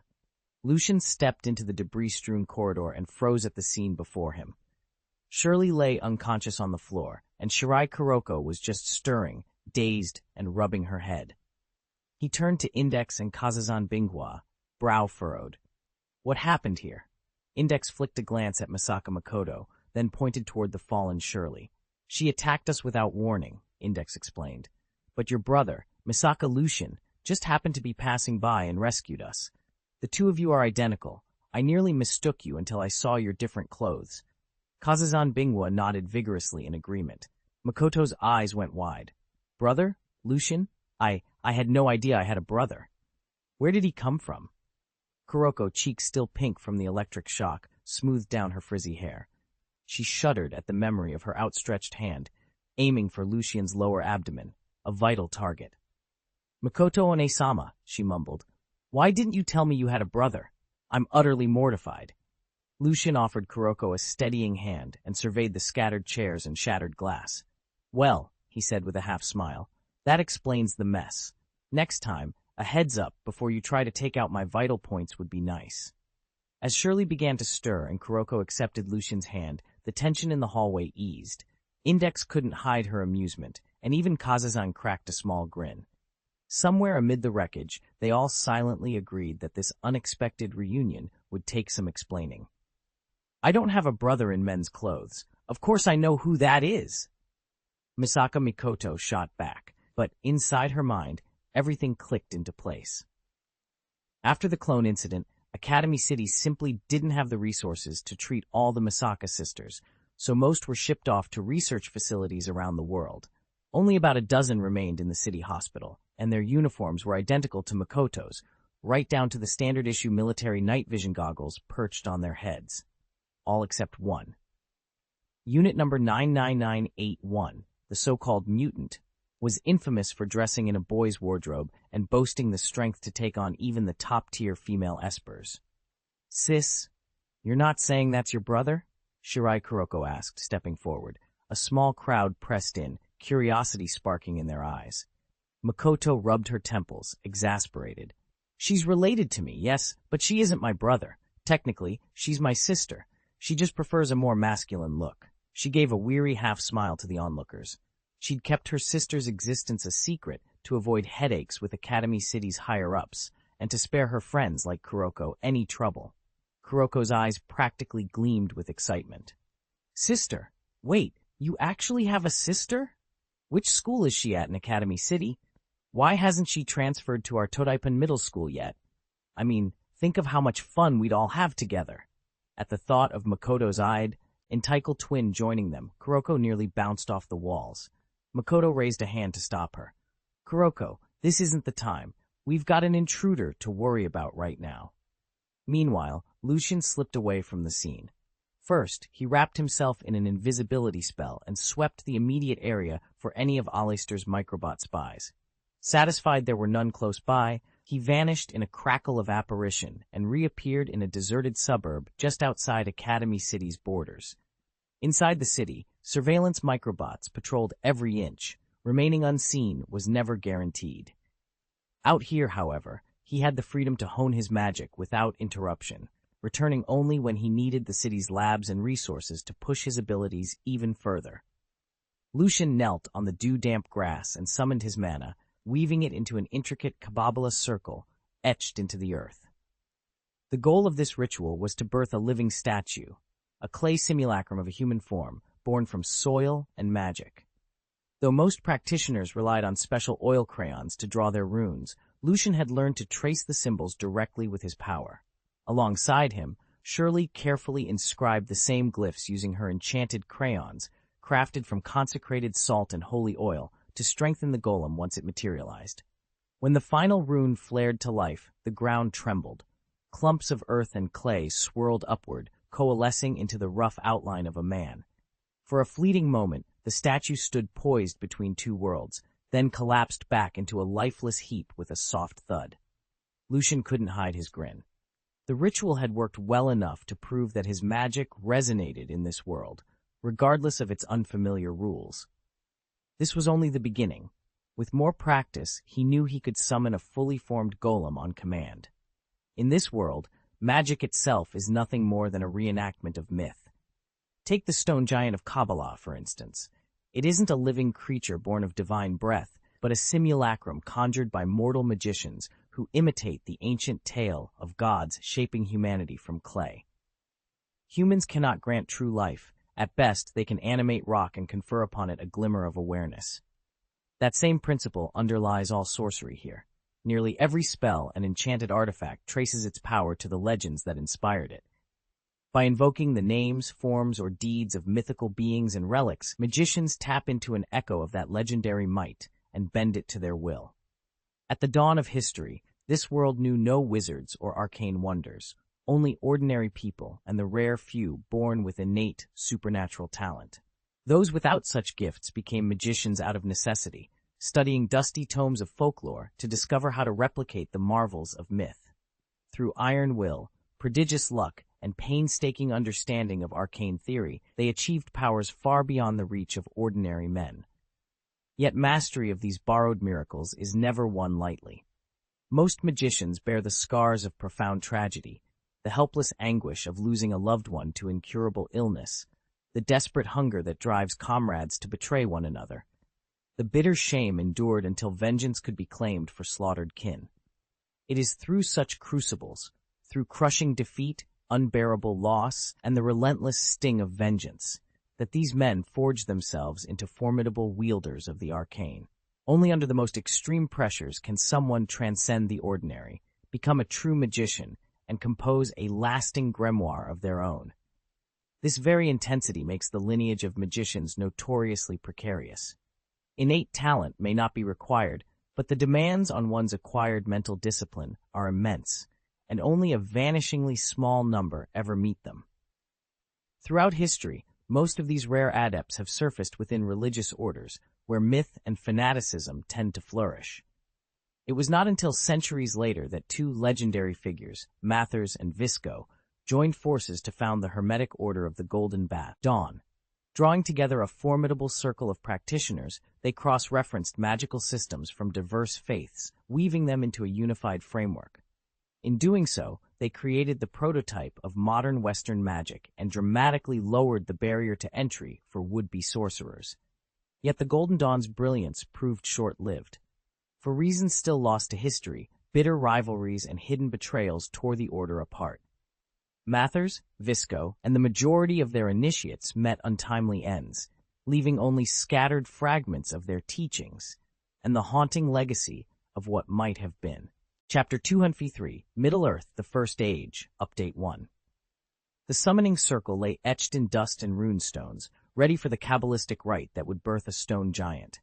Once a laborious, multi-day ordeal, the ritual had been streamlined by the refinements of modern magical theory. Lucian steadied his breathing and met Shirley's expectant gaze. "Continue," she said, voice calm but insistent. To learn a new magic system was to sweat through endless repetition. And Lucian knew the drill better than most. He'd spent years drilling spells into muscle memory. Shirley, for her part, was the Puritan Church's premier code interpreter.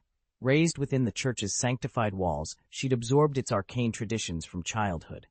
While her specialty was earth-based ritual work, her knowledge was by no means limited to rock and soil. Absorbing her vast, cross-disciplinary repertoire would take him time and focus. Hands weaving through the air, Lucian traced an intricate pattern of glyphs. Each stroke summoned a flicker of power. The whisper of ancient energies stirred beneath the ground. Pebbles trembled and levitated, circling around his feet like planets in miniature orbit. He felt the ritual lock into place, when suddenly he froze. "Here it comes again," he murmured. A torrent of images flooded his mind.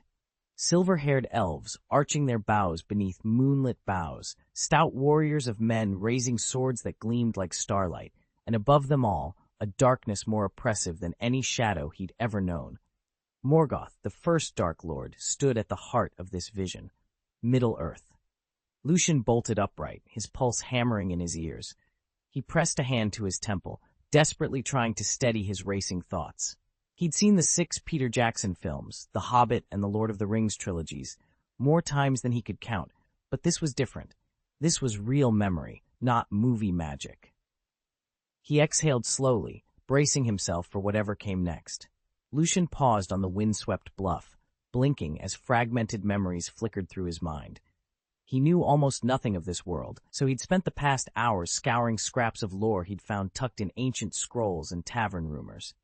Slowly it dawned on him. He had awakened not in some fabricated fantasy, but in Tolkien's Middle-earth. Only this was no cozy tale of hobbits in the Third Age, nor the epic saga of the Ring War that followed. He had been cast back into the perilous First Age, an era when Morgoth still roamed free and Sauron served merely as his lieutenant. Dragons far more fearsome than Smaug marched beneath Morgoth's banner, and Balrogs, those fiery dread demons that would one day beset Gandalf, numbered in hordes. And yet Lucian felt a pulse of exhilaration. Danger here was real, but so were boundless opportunities. The elves of this age, Vanyar and Noldor, were the high elves of legend, radiant beings steeped in the glory of the two trees. If he could earn their trust, perhaps he might shape the course of this ancient war, rather than watch its horrors unfold. Lucian had long dwelt among the Valar in Aman, the blessed realm of Valinor, learning many of their arts and magics. In those days, Valinor stood at the far western edge of the flat world, before the great upheaval reshaped Arda into a sphere and removed the undying lands from mortal reach. Were he summoned by the Valar, he could even cross the Sea of Helkar to study at their feet. Yet his latest clone was of human stock rather than elven, and no mere mortal may set foot in Valinor unless he has earned that right through service to the world. Lucian had once vowed to avoid haphazard creations, and if he persisted in making more clones, to favor the bodies of adult elves, in whose case sincere repentance might win forgiveness and a return to the blessed realm. The history of the elves and their kinship with the Valar is long and tangled, and Lucian understood only its broad strokes. He knew that, before the shaping of the world, there existed in the timeless void a supreme being called Ed-Eru Ilúvatar, almighty, all-knowing, the creator of all things. From Ilúvatar's thought the Ainur sprang forth, countless spirits kindled by the flame imperishable, and each endowed with will and purpose. These great powers would go on to shape the music of the world, preparing it for the coming of elves, men, and all the children of Ilúvatar. Lucian learned that the divine order of Ilúvatar is divided into two ranks, 15 mighty beings called the Valar, and countless lesser spirits known as the Maiar. To him, they resembled principal gods and their attendant demigods. According to the ancient chronicles, Ilúvatar first called forth the music of the Ainur, a cosmic symphony that wove into being the universe itself and shaped a great landmass we now call Middle-earth. When the music faded, the Valar and Maya descended upon this raw, unformed continent. Using their God-given powers, they sculpted towering mountains, carved winding rivers, and clothed the plains with countless trees and flowers. They filled the skies with songbirds, the forests with beasts, and the seas with life. To banish the lingering darkness, two colossal lamps were raised, Iluin in the north and Ormal in the south, casting their light across the newly vibrant world. All the while, the Valar prepared for the greatest arrival, Ilúvatar's own children. First the elves, destined to awaken under starlight, and later men, whose brief lives would weave into Middle-earth's unfolding history. Thus began the era of the two lamps, a time of hope and wonder. Yet not all were content. Melkor, brighter and stronger than any other Valar, grew envious of his peers and covetous of Middle-earth's potential. He rejected the harmony of Ilúvatar's design and sought to claim the land for himself. In his pride and rebellion, he would become the first Dark Lord, Morgoth, and cast a shadow that all future ages would remember. Chapter 1. The Sundering of the World. Long before elves walked beneath starlight or men tilled the fields, the Valar, powerful spirits entrusted by Ilúvatar with shaping Arda, dwelt in harmony. Yet Melkor, the mightiest among them, coveted mastery over all creation. In his pride he corrupted many Maiar, among them Sauron and the dread Balrogs, and with these fell spirits he waged a terrible war against his own kind. The clash of their powers rent the fabric of the newly formed world. Mountains shattered, oceans boiled, and the sky was stained with fire and blood. Fearing the utter ruin of their work, long before the birth of elves and men, the Valar withdrew from Middle-earth. They set sail westward across the great sea, forsaking the lands they had shaped and brought forth to life. There, on the isle continent of Aman, Manwë and the Valar used the last of their divine strength to fashion a perfect refuge. They called it Valinor, the Blessed Realm. To illuminate this new land, Yavanna planted 2 trees, Telperion, whose silvery light waxed and waned like moonlight, and Laurelin, whose golden glow rose and fell like the sun. Thus began the years of the trees, an age of unparalleled beauty and peace. After countless ages, the firstborn, the elves, awoke beside the shores of Quivian, their eyes lifted to a sky no longer scarred by war. They were fair beyond mortal imagining, swift of foot, keen of sight, and bound to Arda for as long as it should endure. So beloved were they by the Valar that an invitation was sent, "Come to Valinor, to dwell forever in that unmarred paradise beneath the 2 trees." But darkness had not been banished. Melkor, still imprisoned and plotting his revenge, sent forth secret emissaries to lure the elves into his grasp. When that failed, he swooped down upon a host of Eldar, dragging them off to the black pits of Angband. There he twists their grace into cruelty and their beauty into deformity, birthing the first orcs, beings of mockery and malice, born to mock the purpose of Ilúvatar himself. Roused to wrath, the Valar launched a great assault beyond the confines of Valinor. They broke Melkor's strength, stormed his fortress, and at last bound him in chains of unbreakable steel, casting him into the void until the end of days. With their foe subdued, they renewed their plea to the elves, "Come at once to live beside the 2 trees." The majority of the elves, those who came to be called the Eldar, answered the summons and found their home in the Blessed Realm. Yet some among the firstborn, whether out of fear or fierce love of their ancient woodlands, refused the journey. They remained behind, scattered across the eastern shores of Middle-earth, content to dwell under starlight rather than the golden fruit of Laurelin. And so the stage was set for the unfolding ages, a world divided between shadow and light, where elves in Valinor basked beneath the gentle glow of the 2 trees, and those who stayed in Middle-earth kept ancient vigils against a darkness that would one day return. The elves of Middle-earth are traditionally divided into several kindreds, each marked by when, or whether, they completed the great journey to Valinor. 1. Sylvan elves, wood elves, or dark elves. These are the clans who never left Middle-earth's great forests. They live in hidden groves and old woodland realms and are renowned for their quiet skill with bow and blade. 2. Sindar, gray elves or glimmer elves. During the westward migration, a company halted in Beleriand under their king, Elu Thingol. Because Thingol had glimpsed the 2 trees in Valinor and been kindled by their light, his people were known for a subtle, silvery glow to their voices and hearts. 3. Fulithrim, sea elves. Some who did sail all the way to Aman could not tear themselves from its shining shores. They settled along the beaches and islands of the Blessed Realm, earning the name Sea Elves for their love of the waves and salt wind. 4. Elves of the Blessed Realm.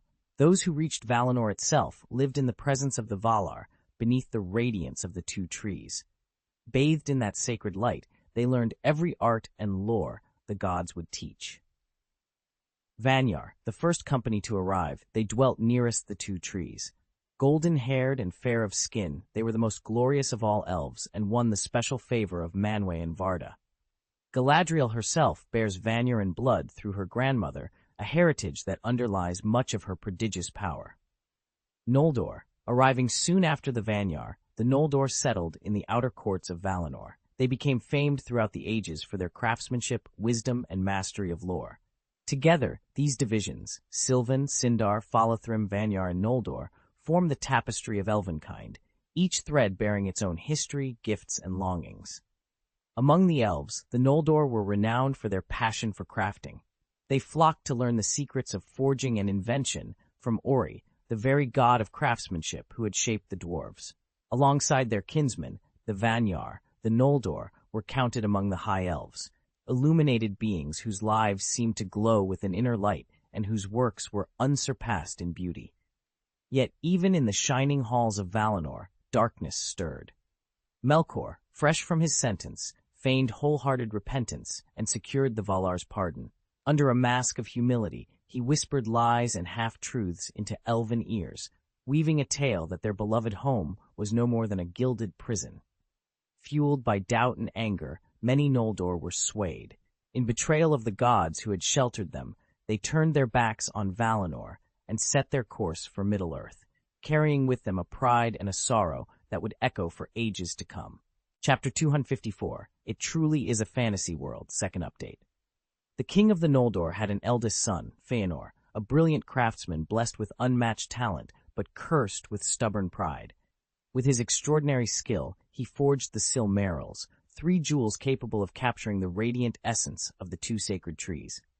When the gods beheld their beauty and power, Feanor swelled with arrogance. Under Melkor's subtle whispers, Feanor's pride turned to rebellion. He rallied a faction of elves to challenge the gods, and in response, they banished him to a remote fortress far from the city's heart. There, his hatred of the Valar only deepened. Exactly as Melkor intended, Feanor seethed with resentment. Yet before the Valar could quash Melkor's threat once and for all, the fallen Valis struck. He slew Feanor's father, destroyed the 2 sacred trees, seized the Silmarils, and retreated to Angband, the Iron Mountain of Middle-earth, to hide his spoil. When Feanor learned what had happened, his rage knew no bounds. He gave Melkor a new name, Morgoth, Black Enemy of the World, and summoned his 7 sons. Together they swore a terrible oath. Even if they had to pursue him to the ends of the earth, they would hunt down Morgoth, reclaim the Silmarils, and avenge their slaughtered kin. Lucian, 3rd son of High King Finwë, watched in horror as his half-brother Feanor, mad with grief and rage over Morgoth's murder of their father, roused the entire house of the Noldor to rebellion. Feanor denounced the Valar, swore vengeance upon Morgoth, and proclaimed that no god would ever rule the Noldor again. Under his banner, the Noldor marched to the shores of Valinor, craving ships to carry them to Middle-earth. There they met the Teleri of the Sea, skilled shipwrights who had no desire to defy the Valar. When the Teleri refused to hand over their vessels, Feanor's followers fell upon them without mercy. They slaughtered their kinsmen, seized the ships, and, heedless of doom, sailed out over the sundering seas. The Valar were plunged into grief and outrage, and Mandos, the Lord of the Dead, was sent to bring the rebels to account. Feanor and his elder half-brother Fingolfin spurned Mandos' summons and pressed on toward Middle-earth. But Lucian, filled with remorse at the needless bloodshed, bowed his head before the doomsman. He gathered his own people and turned back to Valinor, choosing submission over exile. Because Lucian's household had not shared in the massacre of the Sea Elves, the Valar granted them pardon. Yet Lucian's 3 sons, Finrod, Angrod, and Aegnor, and his youngest daughter, Galadriel, hungered for freedom and adventure. They slipped away from the safety of Valinor and stowed themselves aboard one of the last ships bound west. Their hearts were set upon Middle-earth, where they hoped they might carve a life of their own under untouched stars. In the film, we see why Galadriel continually begs the Valar for mercy. She longs to return to Valinor. The Valar, bitterly disappointed by the Noldor's rebellion, sealed the Blessed Realm behind an impenetrable wall of mountains and refused to receive any of the exiles. They turned their gaze away from Middle-earth until men were born there. Moved by the coming of the second children, the Valar used the last vestiges of their power to rekindle Telperion and Laurelin, the 2 trees of Valinor. From one they fashioned a radiant flower that became the sun, from the other a luminous fruit that became the moon. Their light, together with the newly kindled stars, pierced the darkness of Morgoth's forces and ushered in the Age of the Sun, the true first age of this world. Meanwhile, the exiled Noldor who had sailed from Valinor found themselves torn by internal strife. Feanor and his sons, arriving first in Middle-earth, burned their ships on the shores of Aman to prevent any thought of return. The remaining exiles had no choice but to skirt the coasts and circle inland. Before long, Feanor's fiery host marched northward and struck the first great blow against Morgoth's armies in the battle under the stars, an epic clash whose memory would echo through all the ages to come. Chapter 11, The Shadow over Middle-earth. In a single, cataclysmic clash, Feanor himself confronted Morgoth and fell. Though Morgoth triumphed, he recoiled in astonishment at the fierce radiance of the Light Elves, whose power far eclipsed that of the Grey Elves or Wood Elves. Word of this conflict rippled through Valinor and beyond, setting in motion a desperate exodus. Under the leadership of the second prince and the 4 children of the third prince, the Noldor, still nursing a bitter grudge against the first prince's house for torching their ships, gathered their followers. Braving the frozen wastes of the Helcaraxe, they at last reached Middle-earth's shores. There, united despite old wounds, they fell upon Morgoth's forces. The enemy's armies were driven back, forced to cower within the iron walls of Barad-dûr, never again venturing forth to spread terror, at least for a time. But peace proved fleeting. Over the centuries, Morgoth bred dragons, spawned countless orcs, and swayed many of men's hearts to his cause. In a sudden onslaught, he struck the Noldor, who had dwelt long in uneasy quiet, alongside dwarves and men who dared oppose him. After 100 dark years of relentless war, the Noldor were all but annihilated, and Morgoth's dominion cast its shadow across Middle-earth. In those grim days, Lucian, a mortal navigator, and his elven bride received a vision from Ulmo, the Lord of Waters.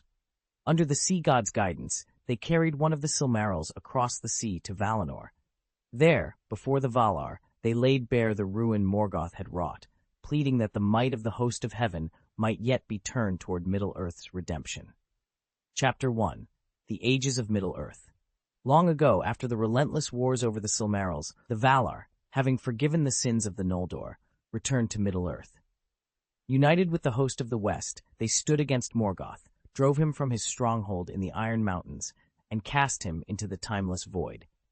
Most of his forces perished, but Sauron escaped by subterfuge, gathering a handful of loyal Balrogs and dragons and fleeing to hidden corners of the world. In the cataclysm that followed, all of Beleriand was swallowed by the sea, leaving only the distant eastern continent, far from the Valar's watchful gaze. With Morgoth gone and Beleriand sunk, the First Age closed and the Second Age dawned. For countless centuries, peace reigned. But as the Valar's presence waned, Sauron, ever the deceiver, slipped back into the affairs of men and elves. He adopted new guises among the various peoples of that eastern land and quietly forged the rings of power. His ambitions culminated in the creation of the One Ring, destined to lord over all the others. Yet the last alliance of elves and men arose once more, defeated Sauron upon the slopes of Mount Doom, and cast the ring into the fire. Thus ended the Second Age. With Sauron's downfall, the Third Age began, a time immortalized in the stories told to this day. Centuries later, that same One Ring resurfaced. Hobbits and heroes carried it on a perilous journey to its destruction. When the ring was finally unmade, Sauron's shadow was broken, and the Third Age came to its close. Lucian sat quietly, reviewing the fragmented memories stored within his latest clone. To his astonishment, the details did not match the Third Age at all, nor the Second.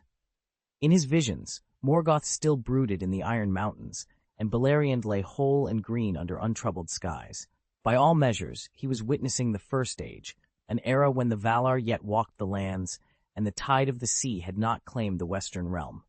Whatever force had shaped these recollections, it had transported him to a world long past, one where the great enemy still lived and the fate of Middle-earth was yet to be decided. Lucian let out a low whistle. This really is a fantasy world. Ordinary humans here boast incredible strength. He paused, running a hand through his hair as he surveyed his surroundings. Technically, the body he now inhabited was just that of a typical adult male, his clone, in this realm, but its physical prowess easily doubled or tripled that of an average human back in the Marvel universe. Of course, such disparities weren't unheard of even in his old world, as Guardians towered over mere mortals, and the Kree far outmatched Earthlings in raw power. So, it made perfect sense that humans in this new world would be gifted with heightened endurance and strength. After all, how else could they stand toe-to-toe with elves and even orcs on the battlefield?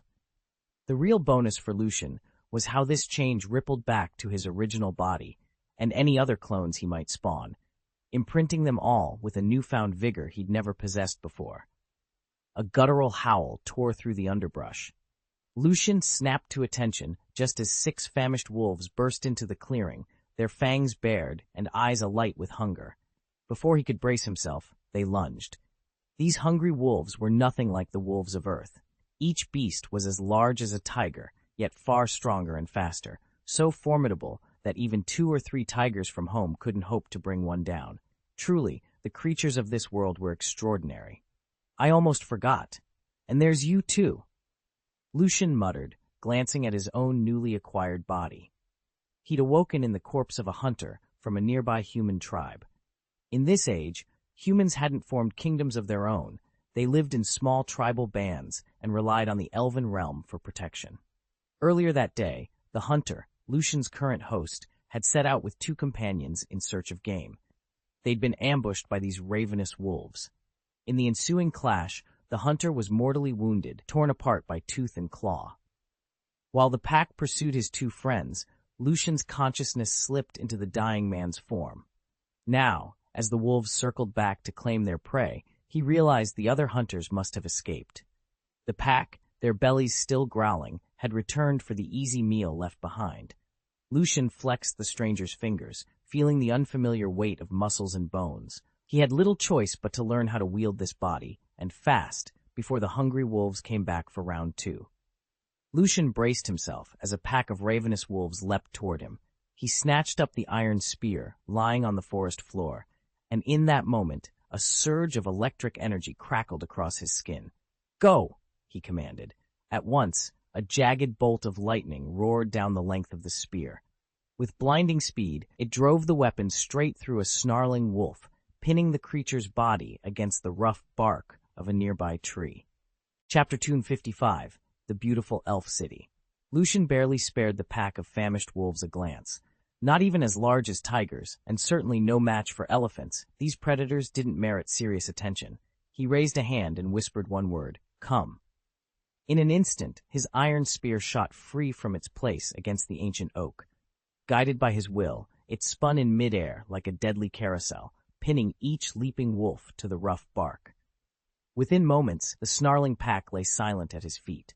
The first age was rife with dangers, but Lucian kept his focus on only the mightiest foes, beings like Morgoth, Sauron, or a Balrog. Ordinary beasts, no matter how numerous, barely registered on his list of concerns. With the wolves dispatched, Lucian sank into thought. What should come next? He needed a clear goal. In every world he'd traversed, the singular aim had always been the same, to grow stronger. And in this realm, the ultimate source of power lay across the sea, in Valinor, the blessed realm of the Valar. There, the inheritance of the gods waited for any who could claim it. But as a mere mortal in the First Age, Lucian knew he couldn't simply stroll through Valinor's gates. Any uninvited intrusion would end in swift punishment, perhaps decades of imprisonment, wasting precious time he could ill afford to lose. He would need a plan, one that earned him entry rather than forced it. Lucian rose, sheathing his spear with a decisive click. The path forward was clear. First, gather allies among the elves, for their city lay not far from here. From there, he would learn their secrets, and discover how to approach Valinor without peril. With resolve burning in his chest, he set off through the forest toward the distant, gleaming spires of the elven city. Lucian sighed and leaned back, turning the problem over in his mind. Unless he single-handedly defeated Morgoth, or at the very least, helped the elves overcome him and carried that victory to Valinor, he would have no hope of gaining the divine inheritance he sought. Defeating Morgoth was a daunting task, so for now he set the thought aside. With the powers of the Valar out of reach, mastering elven magic seemed the next best option. Yet he'd quickly discovered that magic in this world was hardly a unified art. It focused almost entirely on enchantments and the forging of magic weapons. Hardly surprising, since most Noldoran elves had apprenticed under Ale, the Vala of Craft. Spells beyond craftsmanship were rare. On the battlefield, combatants relied almost exclusively on sword and spear or on long-range bows. In the films he'd studied, the sole exception had been Arwen's subtle water magic. And even in Great Wars, no wizard had ever unleashed sweeping spells. True, Gandalf the Grey could call down lightning, but he still fought in close quarters with staff and sword. Clearly, this world favored steel over sorcery. Still, Lucian was convinced there must be aspects of elven magic worth learning. And if that proved fruitless, he would have no choice but to throw in his lot with the elves against Morgoth, and hurry before any other claimant could carry their triumph to Valinor. Let's return to the tribe first, Lucian said, rising from the mossy bank. He was among the men of Gasonian, a frontier settlement under the watchful care of Angrod and Aegnor, the second and third sons of the Noldoran princes and younger brothers to Lady Galadriel herself. Here, the human tribe was ruled by the House of Beor, whose bonds with the elves were both warm and enduring. If Lucian could secure even a spark of renown among these people, he would gain endless opportunities to study elven lore and learn their secret magics. Of all the Beors, he knew only two names. The family's patriarch was Lord Bregolas, a man of stern honor, and his younger brother was Barahir. Lucian recalled the tale of Aragorn in The Return of the King, how he bore the famed ring of Barahir as a mark of his royal lineage. To earn any similar respect among Gasonian's folk would be a monumental feat, but then Lucian had never been one to shy away from a challenge. Because Barahir risked his life to save Finrod, Galadriel's elder brother, Finrod repaid him with a precious heirloom, a symbol of the enduring bond between the elves and the House of Bor. It's said that through this ancient alliance, the blood of the Beor may yet flow in Aragorn's veins. And even in a world without overt sorcery, the meditation techniques here can multiply one's efficiency many times over. On the trail back to the human camp, Lucian paused under the forest's vaulted canopy. He breathed in the crisp, fragrant air and let the forest's latent energy thrum through him. Moving like a shadow, he swiftly overtook his two hunting companions, who sat dejectedly beside a fallen log. "Appa!" he called out, his voice brimming with false exuberance as he waved. At the sound of his name, the two young men looked up in surprise. When they saw Lucian stride toward them, relief shattered their gloom. They dropped their iron-tipped spears and bows with a clatter and rushed forward, throwing their arms around him. "By the gods, Lucian, you're alive!" Al exclaimed, stepping back to examine him. "We thought a wolf had carried you off." Lucian smoothed his tunic and rubbed the back of his head. "A wolf did pounce on me," he admitted, "and I hit my skull on a rock. I suppose I passed out." Appa laid a hand on Lucian's shoulder. "Well, you gave us quite a scare. Let's get you back to camp and patched up before anything else tries to make a meal of you." Lucian smiled warily. "Lead the way."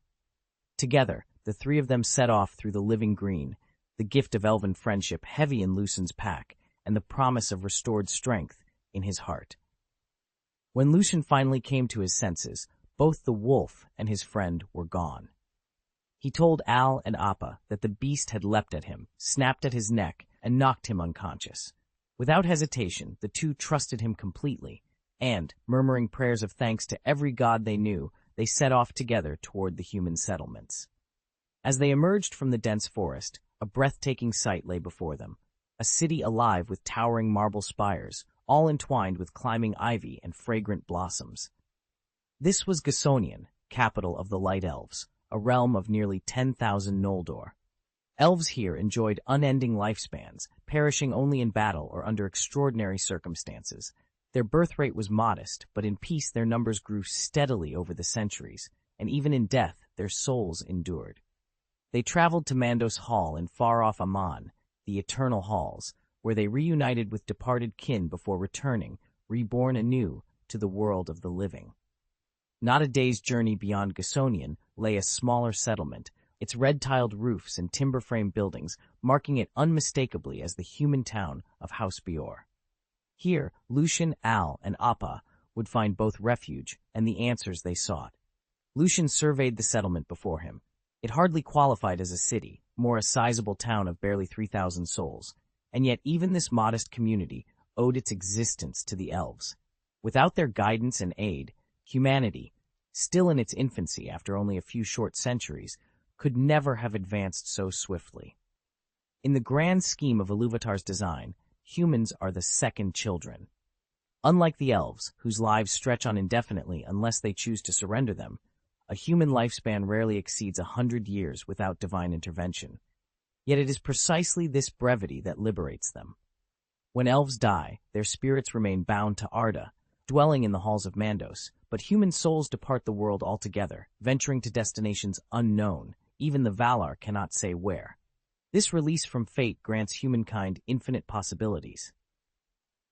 "I really hope I get to visit the Elven City someday," Lucian murmured, his eyes fixed on the distant spires. Appa chuckled and gave him a playful shove. Looking to marry one of those fair ladies. Ryu? Stop dreaming, Lucian. Elven hearts aren't won so easily. Even our patriarch wouldn't dare speak so brazenly. Although the elves of the City of Elves have always treated humans with kindness, sharing their knowledge and offering generous aid, most still consider themselves superior. After all, they are descended from the High Elves who once walked among the gods. A few dissenters reject this elitism, but with lifespans that stretch for centuries, they remain reluctant to bind their fate to that of mere mortals. Lucian studied the glittering spires of the elf city rising against the sunset. He turned to his two companions, urgency in his voice. "Let's move. It's going to be dark soon." With that, he raised his hand in a parting wave before they set off down the winding forest path toward the waiting gates. Chapter 256, The Dark Army Attacks, Update 1. When Lucian and his two companions finally returned to town, the sun had dipped below the horizon, and dusk was settling in. Drawing on the memories he'd inherited from Ivan, Lucian greeted familiar faces with ease, slipping seamlessly into the young hunter's life. The trio paused at the rustic tavern for a simple meal and sampled the local vintage, a heady, spicy wine unlike anything Lucian had ever tasted. After laughing and sharing stories with Al and Appa, he bid them good night and set off for his modest cottage on the edge of town. "Lucky for me, this clone has no relatives," he murmured, slipping through the wooden door. If he did, dealing with them would be a real headache. Inside, he raised his hand and whispered the words of a cleansing spell. Dust and grime lifted from walls and floor, vanishing into thin air. With the cottage freshly purified, Lucian sank onto the narrow bed. He closed his eyes and let Ivan's memories wash over him. In those memories, Ivan's life began with tragedy. His father had been a skilled hunter, determined to slay an Alavu buffalo, the very descendant of the sacred herd under the great hunting god Oloma's protection. These beasts bore enormous ivory horns, coveted by nobles across the realm. Any hunter who returned with a horn intact was hailed a warrior of the human tribe. His status and fortune soared overnight. But at just 12 years old, Ivan watched helplessly as his father fell in battle against the mighty creature. The triumph of the hunt slipped away in an instant. Devastated, Ivan's mother curled into herself and, unable to bear the loss, passed away within 2 years. The boy was left utterly alone. Lucian's heart tightened at the memory. He opened his eyes, sat up straighter, and steeled himself. With no family ties to bind him, no one to mourn or question his actions, the path ahead lay clear and dangerous. The Dark Army was on the move, and he would need every ounce of Ivan's resolve to face it. Lucian hardly had time to register Ivan's final gasp before the hunter's body collapsed, and he found himself waking in Ivan's form. In a world like this, the odds of survival for an ordinary person were almost laughably low. Yet Lucian couldn't help but marvel at one thing. Meditation here was astonishingly potent. 1 hour of focused stillness felt like 3 hours anywhere else. Night settled over Gasonian, and the moon, once the golden fruit of the sacred tree, rose slowly into the sky. Tonight its light was muted, as if a veil of black smoke drifted across its face. To the north lay the expansive Ardgalan plain, a rolling sea of grass studded with Noldor fortresses that marched all the way to the foot of Thangorodrim. Beyond those jagged peaks crouched Angband, Morgoth's ancient stronghold, silent now for centuries, its spires lost in poisonous mists and swirling black fumes. To the west of Gasonian, the Wethran Mountains rose in a towering wall of stone. They lay under the sphere of influence of Prince Fingolfin, second-born son of the Great Houses, and the current supreme king of the Light Elves in Middle-earth. From his throne there, Fingolfin watched over these lands, guardian of the realm's northern border. Lucian, second prince of Fëanor, sat in quiet meditation when the first blast of war broke the night's stillness. His older brother had fallen in battle the moment he set foot in Middle-earth. His younger brother had turned and fled almost as soon as he arrived. Only Lucian remained to stand against Morgoth's dark designs. East of Gasonian rose the ridge of Him, where the 7 sons of Fëanor kept watch. Alongside them, the elves of the Elf City and the warriors of the House of Bjor had formed a triple ring around Angband in the Iron Mountains, an unbreakable cordon trapping Morgoth and his legions within. Should Morgoth hope to conquer Middle-earth, he must first shatter this joint defense. Tonight, under a moon choked by swirling black smoke, Morgoth's forces advanced. A mighty, malevolent golden dragon carved arcs of flame across the sky, followed by an army of Balrogs and thousands of orcs, creatures the Dark Lord had bred in his pits for more than 4 centuries. They moved in 3 sweeping columns, each bent on breaching a different segment of the siege. Then came the horn. Lucian's calm gave way to alertness at the low, resonant blast of the Beor war horn. It was no hunting call. Springing to his feet, he threw open his chamber door and hurried into the torchlit courtyard. There, amid the clamor of soldiers arming for battle, stood Bergolas, chieftain of the House of Beor. Broad as a bear and clad in elven-forged plate, he planted his great spear on the ground and shouted upward, "The elf city is under assault!" Bergolas's voice rang against the stone walls. "For generations, we have dwelt under elven protection. Tonight, we repay that debt with our swords and our blood. Now it's time to repay our debt. Warriors, follow me to reinforce the elf city. The rest of you, pack your belongings at once. If anything goes wrong, the men will form the rear guard. Women and children are to evacuate south." Without a moment's hesitation, Bergolas marshaled all 800 townsmen, mounted them on war horses, and spurred toward the distant elf city. Smoke rose from its walls like a wound freshly opened, and every rider charged forward in grim determination, as if they already expected never to return. Lucian watched them go with a mixture of awe and unease. Humans of this age were indeed different. Though legends of Morgoth's terror ran deep through human lore, these 800 men showed no hint of fear. They had even arranged their own funerals in advance, fully aware they might be marching to their deaths. If Lucian ever faced such a dire choice, would he have the courage to do the same? He doubted it. His own people were few in number and far more vulnerable. It would make more sense to let the elves' radiant defenders stall the enemy while he led his small band southward to seek safety. But as the thunder of hooves faded into the distance, he couldn't help but admire Bergolas's unwavering resolve, even if it seemed destined to end in sacrifice. Lucian's heart quickened with excitement rather than dread. An attack on the elf city was exactly the opening he'd been waiting for. If he could help the elves hold the central defense line, he'd earn the undying gratitude of the Third Prince's court and secure the very tutelage in magic and enchantment he had long dreamed of. Besides, Morgoth would be too preoccupied guarding Angband to hunt him down again, so unless Lucian chose to reveal himself, his safety was all but assured. And if things went south, slipping away with a handful of key refugees wouldn't be beyond his abilities. Evan! Old Jim says, we've been assigned to fortify the northern sector of the city. Lucian called out. At his side, his 2 friends, Al and Appa, his magically fashioned clones, came bounding over. Though they'd trained as hunters rather than soldiers, they were more than capable in a pinch. Instead of riding out with Lucian to the elf city itself, they were tasked with organizing the town's last line of defense. Should Morgoth's forces break through, it would fall to them and the townsfolk to buy precious time for women and children to escape. Within moments, the 3 of them had gathered shovels, pickaxes, and crates of sharpened stakes. Under Lucian's direction, guards and volunteers began digging trenches and erecting palisades. Al and Appa worked side by side, staking out snares along likely enemy approaches and camouflaging pit traps with underbrush. Lucian double-checked each position, occasionally sketching quick diagrams in the dirt to show the best angles for crossbow fire. Though the sky above the forest still glowed with the reflective shimmer of elven wards, distant thunderous echoes hinted at the advancing army. Lucian felt a thrill run through him. This was the moment to prove himself. If he succeeded here, the elves would have no choice but to welcome him, and his burgeoning talent is in the mystic arts, into their circle. And so, as torchlight flickered through the gathering dusk, Lucian and his allies toiled on. Every boom in the distance drove them faster. Every whispered prayer for safety steeled their resolve. Before dawn, the lines would be drawn, and Lucian's fate would follow. Tell old Jim I'll be supporting the elven city.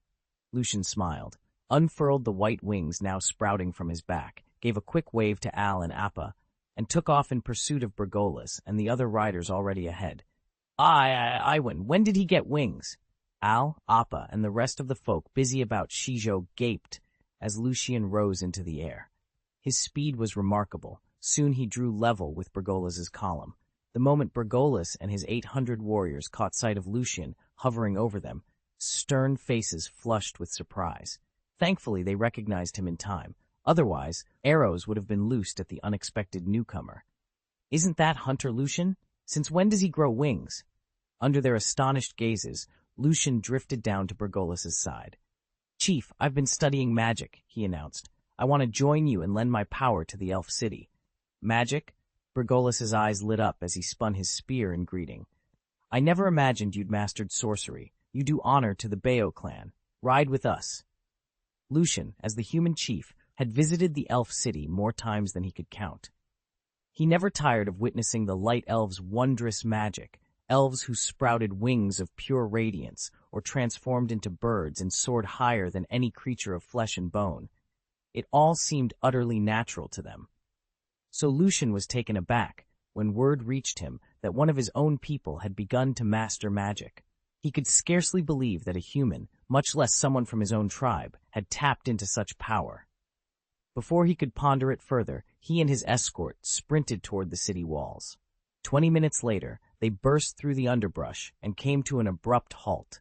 The great gates of the elf city lay shattered on the ground, splinters of ancient wood and twisted iron strewn across the threshold. Above them, the once pristine walls were crisscrossed with deep cracks, as if some titanic force had battered the city from within. Lucian's heart pounded. He stepped closer, eyes scanning the devastation, wondering not only what had happened here, but whether the rumored human magician had something to do with it. Chapter 257, The Golden Dragon equals the Dragon Crystal, second update. The Light Elves, resplendent in their golden armor, stood firm against Morgoth's encroaching darkness. Once lush and vibrant, the Ardgallan grasslands north of the Elven city now lay reduced to smoldering ash, the air thick with smoke and the stench of charred earth. At the head of Morgoth's dark legions soared a creature of unparalleled dread, a golden dragon as vast as a rolling hill. Each time it unfurled its great wings and roared, it belched a torrent of flame that immolated entire squadrons of elven warriors in an instant. Its scales gleamed like polished brass, shrugging off even the most potent of the elves' enchanted arrows. Worse still, the dragon's cunning matched its fury. It would strike with blistering speed, then vanish into the billowing haze before the elves could mount a coordinated counterattack. Against such an adversary, traditional fire demons seemed almost tame. Their scalding whips and fiery swords could not match the dragon's reach or the velocity of its inferno, giving only the swiftest elves a precarious chance to dodge. In every respect, power, speed, and guile, Morgoth's golden dragon eclipsed every other horror on the battlefield. It was this living embodiment of fire and metal that posed the greatest threat to the elven defenders, more so than any army of demons. And as long as it remained undefeated, the fate of the Light Elves would hang in the balance. As long as they closed in tight, 20 Light Elf warriors could pin down an ordinary Balrog, and with 50, they might even slay one. But they had never encountered anything like a dragon before, and they were woefully unprepared. Their early gear offered no protection against searing flames, so dragons had long been the stuff of nightmares. "Look at that," one elf murmured, awe and terror in his voice. "It's an ancestor dragon, bred by Morgoth himself, and it's colossal." Lucian's breath caught as he took in the golden dragon's immense bulk. In the wizarding world, the Ukrainian Ironbelly was the largest known dragon, but this creature dwarfed it by more than 10 times. Smaug of the Third Age, legendary though he was, would have stood little chance against a coordinated assault from even a handful of these light elves armed with fire-resistant armor. A wild thought flashed through Lucian's mind. If he could somehow slay this magnificent beast and distill its essence into dragon crystal, might he become a fire dragon slayer wizard himself? His heart pounded at the possibility. The only record of forging dragon crystal lay buried in the fairy tale library. Laxus's father had once mastered the process. Lucian's pulse quickened. If he could recall the secret, defeat this dragon, and and claim its power, everything would change.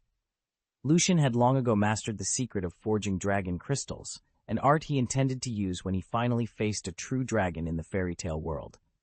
Dragons in his own Harry Potter realm were puny by comparison, hardly worth the effort of crystal making. But this golden dragon was different. 4 centuries of Morgoth's dark tutelage had shaped it into the demon god's first direct creation, an evil worm possessed of terrible intelligence. It mocked the elf ranks with every gout of flame, taunting them even as its scorching breath seared the earth. Crystal forged from such a beast's essence might rival the finest fairy tale dragon crystals, without the notorious motion sickness curse that plagues every fairy tale dragon slayer. Charge! King Bragolaz's roar split the air. At his side, 800 human warriors surged forward, cutting into the orc horde like a razor through silk. Their objective was clear: smash into the elven main force. The humans may not have matched the light elves in raw strength, but their unyielding courage and iron will made them a terrifying opponent. In wars of this scale, troop numbers matter, but morale is everything. The light elves, untested in battle these many seasons, found their spirits faltering under the savage onslaught. Their hesitation was all the advantage Bragolaz needed. Had Lucian not stepped in, the orc horde would have poured straight into the heart of the elven capital. True, the orcs had fought fiercely at the Battle of 5 Armies, but then they'd relied on sheer numbers against scattered foes. Now, facing the light elves, each one a warrior of peerless skill, they were little more than rank-and-file troops. In one-on-one combat, they weren't necessarily stronger than human fighters. At that moment, a contingent of 800 elven warriors struck the orc flank so suddenly that their ranks shattered, opening a gap in the siege line. For the first time in hours, the defenders drew a breath, but Lucian knew all too well what awaited if he didn't act swiftly. Even if those 800 made it through, at least 200 would fall beneath the orc blades before reaching safety. He raised his staff and cried, "Rain of light!" A golden sigil bloomed in the air behind him. From its shimmering circumference, dozens of arrows carved from pure holy radiance rained down on the orcs rallied to halt Bragolaz and the others. Morgoth's ironclad warriors recoiled, their cruel, night-hardened flesh sizzled by the divine beams. Light, whether sun or moon, had always weakened Morgoth's dark legions. That was why he favored nocturnal assaults shrouded in black fog, to blot out the moon's purifying glow.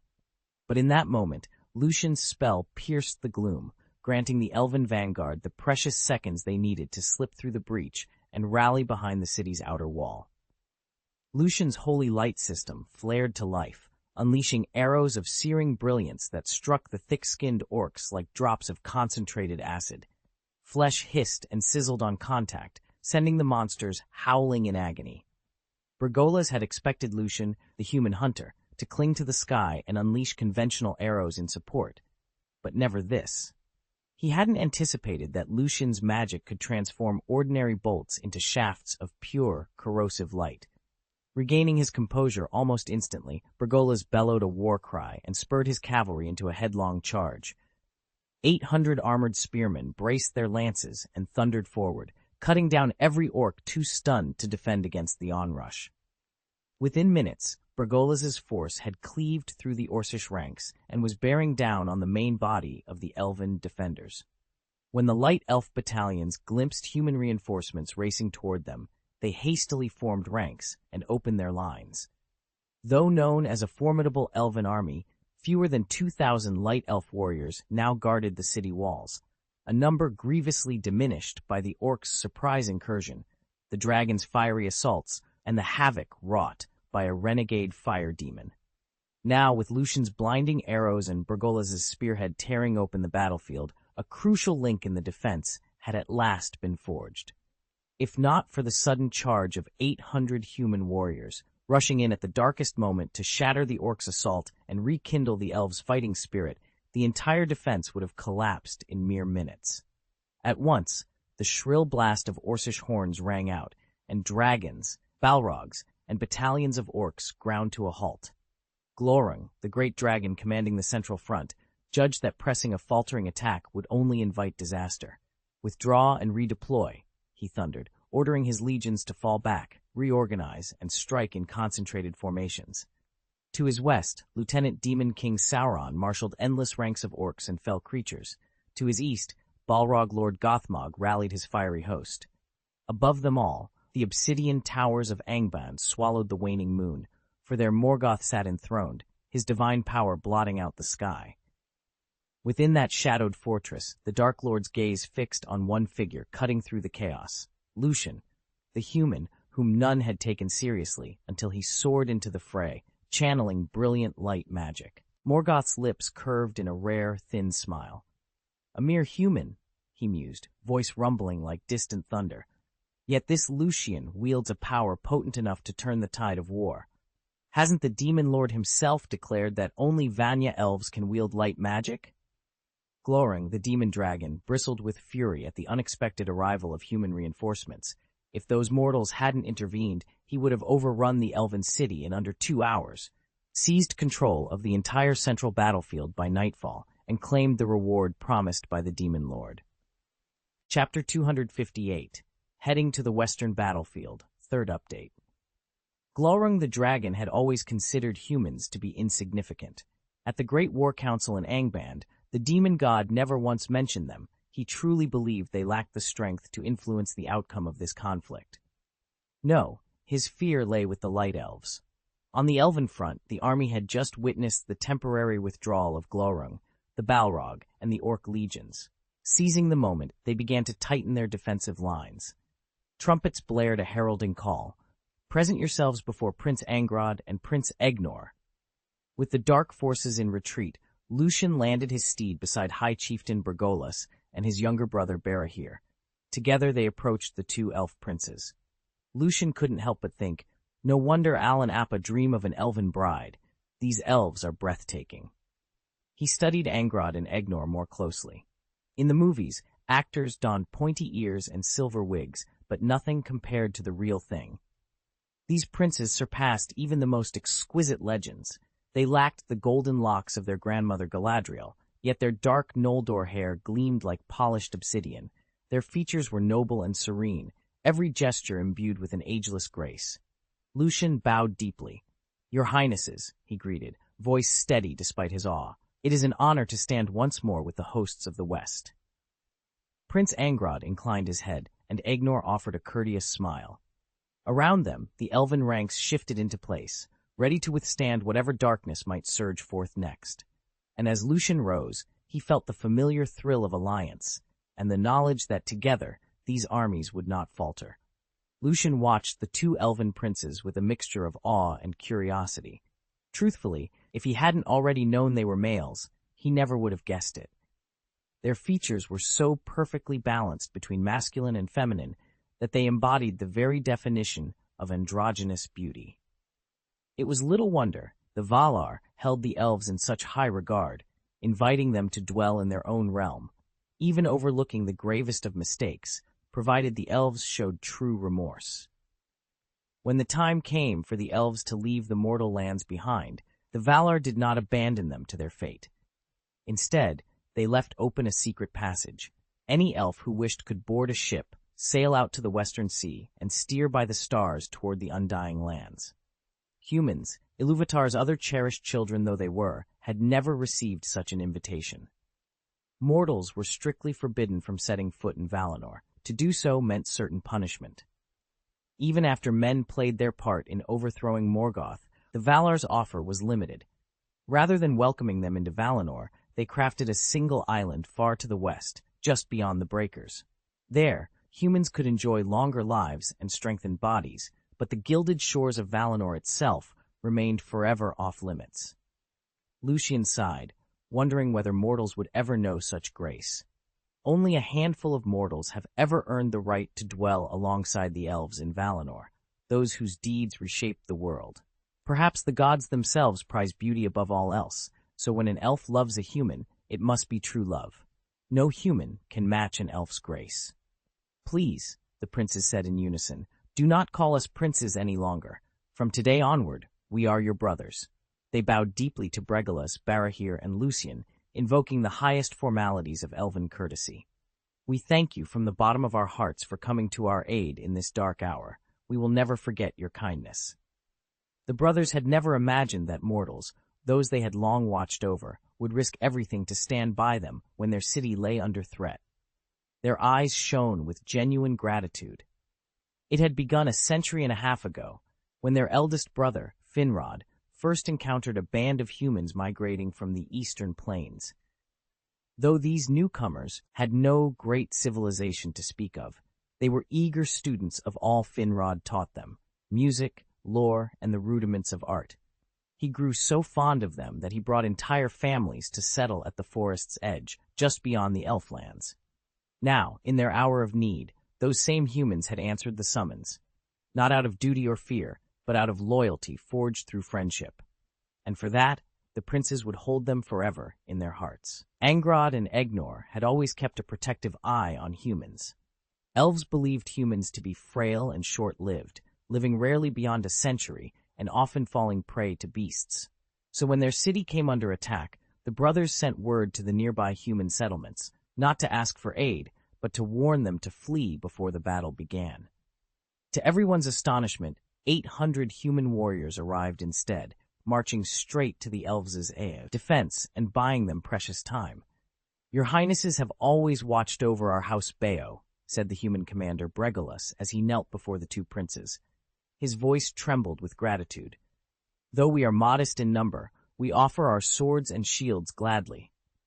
Angrod and Egnor exchanged pleased looks and gave a simultaneous nod. Then, as if reminded of a new presence, they turned toward the young man standing behind the human lines. "Lucian." "You," Angrod said, raising an eyebrow. "You're a descendant of House Bayo as well? Your light magic is astonishing. I've only ever seen such power in my grandmother." Lucian inclined his head, meeting the elf prince's gaze evenly. "I am Lucian Bayo," he replied. "I was taken as an apprentice by a wizard. He instructed me in every spell you see me cast today." Egnor leaned closer, curiosity shining in his silver eyes, but Angrod only smiled and laid a hand on his brother's shoulder. Without another word, they accepted Lucian's explanation, convinced that his story rang true. The crisis was immediate. There was no time for petty confusion. Yet Bergolas and Barahir couldn't help exchanging puzzled glances. They were certain the young man before them was called Lucian. When had he become Lucian George? Had they misremembered his name all along? Before they could dwell on the thought, the city's outer horn blared once more, a jagged note that echoed across the plains. The Dark Host had reformed and was preparing to attack again. "Prince Bergolas, we must act, now." Barahir's voice rang out above the clamor. Bergolas drew himself up, brow furrowed.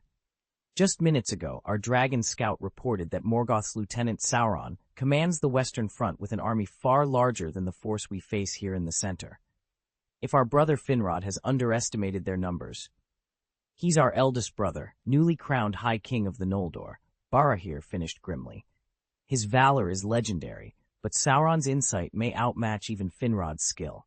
According to the dragon, the enemy has no intention of storming that heavily fortified western line head-on. Instead, they plan to slip a host of orcs through the gap between the western and central positions and strike our rear." Bergolas nodded, eyes flashing. "Then we cannot wait for them to choose our own flank. Gather our best riders, send them through the enemy's line to reconnoiter. We must know the full scope of Sauron's strategy before he can deliver the blow." Barahir brushed a lock of dark hair back from his brow. "I'll assemble the scouts at once." As the two princes hurried into the command tent, the warning horn sounded again, sharper this time, an omen that the Dark Host's true assault was imminent. The fate of the city, and perhaps all the Noldor, would depend on how swiftly they uncovered and countered Sauron's treacherous plan. Beyond the yawning chasm lay the domain of their eldest brother, Finrod. There were two reasons the elves wanted human envoys. First, mortal strength was far weaker than that of the light elves. Sending elven warriors would only stretch their already fragile defenses thinner. Second, if their lines were broken, at least the humans could retreat to Finrod's realm and live to fight another day, preserving their alliance and buying time for reinforcements. "Assemble 300 warriors and ride to His Majesty Finrod's lands," Bergolas commanded Barahir. "Deliver this news without delay. Barahir bowed deeply. Finrod was the elf who had led their ancestors to these very shores. It would be an honor to bear word of their plight. Yet just as Barahir turned to marshal his troops, Lucian stepped forward. "Let me go instead," Lucian offered, his voice calm but insistent. "My mastery of flight magic lets me soar faster than any warhorse. I can reach Finrod's court in half the time." "I'll finish the task before the battle," Lucian promised, gripping his sword hilt. As he recalled it, by the time Barahir finally led his men into the fray, Finrod was already locked in deadly combat with Sauron's forces. His company, caught off guard by the sheer number of orcs, had been nearly annihilated. It was only when Barahir's 300 warriors arrived and formed a living shield of steel and flesh that they managed to pry the enemy's grip from Finrod. They paid for his rescue with their lives, buying him just enough time to stagger to safety. Chapter 259. The elf statue battles the dragon, and Lucian rides alone through the canyon. Though Barahir had managed to rescue Finrod, the western defenses lay in ruins. Orcish legions poured through the gap and struck the High King's realm from both flanks. Before long, the central battle line was shattered as well. Angrod and Egnor fell beneath Morgoth's onslaught. On the western front, Morgoth's human worshippers infiltrated the elven ranks, feigning defection only to strike from within. Fëanor's eldest and most powerful son alone clung to his fortress, while his 6 younger brothers were overwhelmed. With their forces in tatters, the elves had no choice but withdraw eastward, preserving what strength they could. In a single stroke, all 3 great blockades against Morgoth had been broken. Desperate to reclaim elvish honor, High King Finlopen rode alone into the depths of Angband, resolved to end the war by slaying the Dark Lord himself. Their duel echoed through the iron halls, 7 grievous wounds he dealt Morgoth, but the victory slipped from his grasp. In the end, Finlopen fell, his life sacrificed in a final, defiant stand against the Shadow. Meanwhile, far to the south, the wind howled through the jagged walls of the Blackstone Canyon. There, astride his lone stallion, Lucian pressed onward. No escort, no cheering banners, only the empty roar of the gorge and the weight of a destiny he could neither escape nor refuse. As the canyon walls narrowed and dusk settled like a shroud, he urged his mount onward, unaware that forces both ancient and terrible were closing in behind him. If Lucian truly wants to stop all of this, he must first aid Finrod in sealing the canyon's breach and stabilize the western front. Once that line holds, we'll pull those troops back to the center, and if we still have time, we can rush to shore up the eastern flank. In doing so, the elves won't be ground down in defeat. We'll preserve their strength, secure their loyalty, and finally turn together against Morgoth. If the elven defenses collapse first, Lucian stands no chance of facing Morgoth's dark host alone. "Can you really fly that fast?" Angrod and Ignord exchanged startled looks, their eyes bright with hope. Even with the dragon's magic, any messenger they sent now would never arrive in time. It felt like a gamble against fate. But if Lucian could truly outpace a warhorse by such a margin, they might just reach their eldest brother before the war began. Lucian met their gaze calmly. "You have my word," he said, voice firm. "I wouldn't lie to you about something this important." Bergolas placed a firm hand on Lucian's shoulder. "Iwan, you must take this report to His Highness the Great Prince at once. Our people's honor depends on it." "I understand, clan leader." Lucian's white-feathered wings unfurled behind him, but he didn't lift off immediately. Instead, he pointed to the towering statue dominating the city's central plaza. "What is that made of? How sturdy is it?" Angrod exchanged a puzzled glance with Agnor before answering. "It's the monument we carved for our father back in Valinor, pure white stone, very durable." "Good." Lucian launched himself upward, spiraling toward the statue's 200-meter peak. At the summit, he pressed his forehead against the marble's cool surface and whispered, "Mimic transformation." Suddenly, torrents of magic poured from Lucian into the statue's veins. He forced the arcane power through every joint and carve until his strength nearly gave out. Then, like a slumbering giant awakened, the statue's eyes flared to life. Its colossal limbs creaked as it flexed and leaned forward. "Hold this position," Lucian called out, voice echoing against stone. "Secure the battleground." The awakened sentinel planted its foot in the plaza, ready to defend. Lucian drew a deep breath, steadied his wings, and with one last look at the city, swept westward through the sky. Lucian had barely turned his back on the city gates when the great white statue came to life. It strode outside the walls of the elf city, crushing a band of orcs underfoot in a single step. No sooner had it dispatched them than it squared off with a dragon roughly its own size. What in the world? Lucian muttered under his breath. The dragon unleashed a gout of flame, lava hot and crackling, but the fiery torrent simply slid off the statue's polished stone hide without leaving so much as a scorch mark. Frustrated, the beast flared its wings, opened its maw, and lunged. The statue met it head-on, smashing the dragon with thunderous punches that sent it skidding across the ground. Meanwhile, on the main battlefield beyond the city's western gate, elven bowstrings twanged against the disciplined ranks of human infantry. Until now, the clash had teetered on a knife's edge. With the stone warrior pinned against the dragon, the opposing forces hesitated, and that momentary pause was enough to stabilize the front. Lucian had left no reinforcements behind. If he stayed too long, the central lines might be overrun before he could return. Yet as he watched the statue single-handedly control the skirmish, he couldn't help but feel a surge of pride. What an extraordinary champion, one elven archer whispered to her comrade. On a nearby rise, Angrod and Agnor exchanged astonished looks. In all their years, they had never seen magic like this. Yes, the ancient chronicles spoke of gargantuan stone giants roaming the central lands, creatures hundreds of feet tall, born of strange natural forces rather than sorcery. But those brutes were few in number, slow of mind, and prone to turning on one another until both lay in ruins. A living statue, shaped by arcane craft and animated by a single remarkable human, that was something else entirely. Lucian's eyes widened.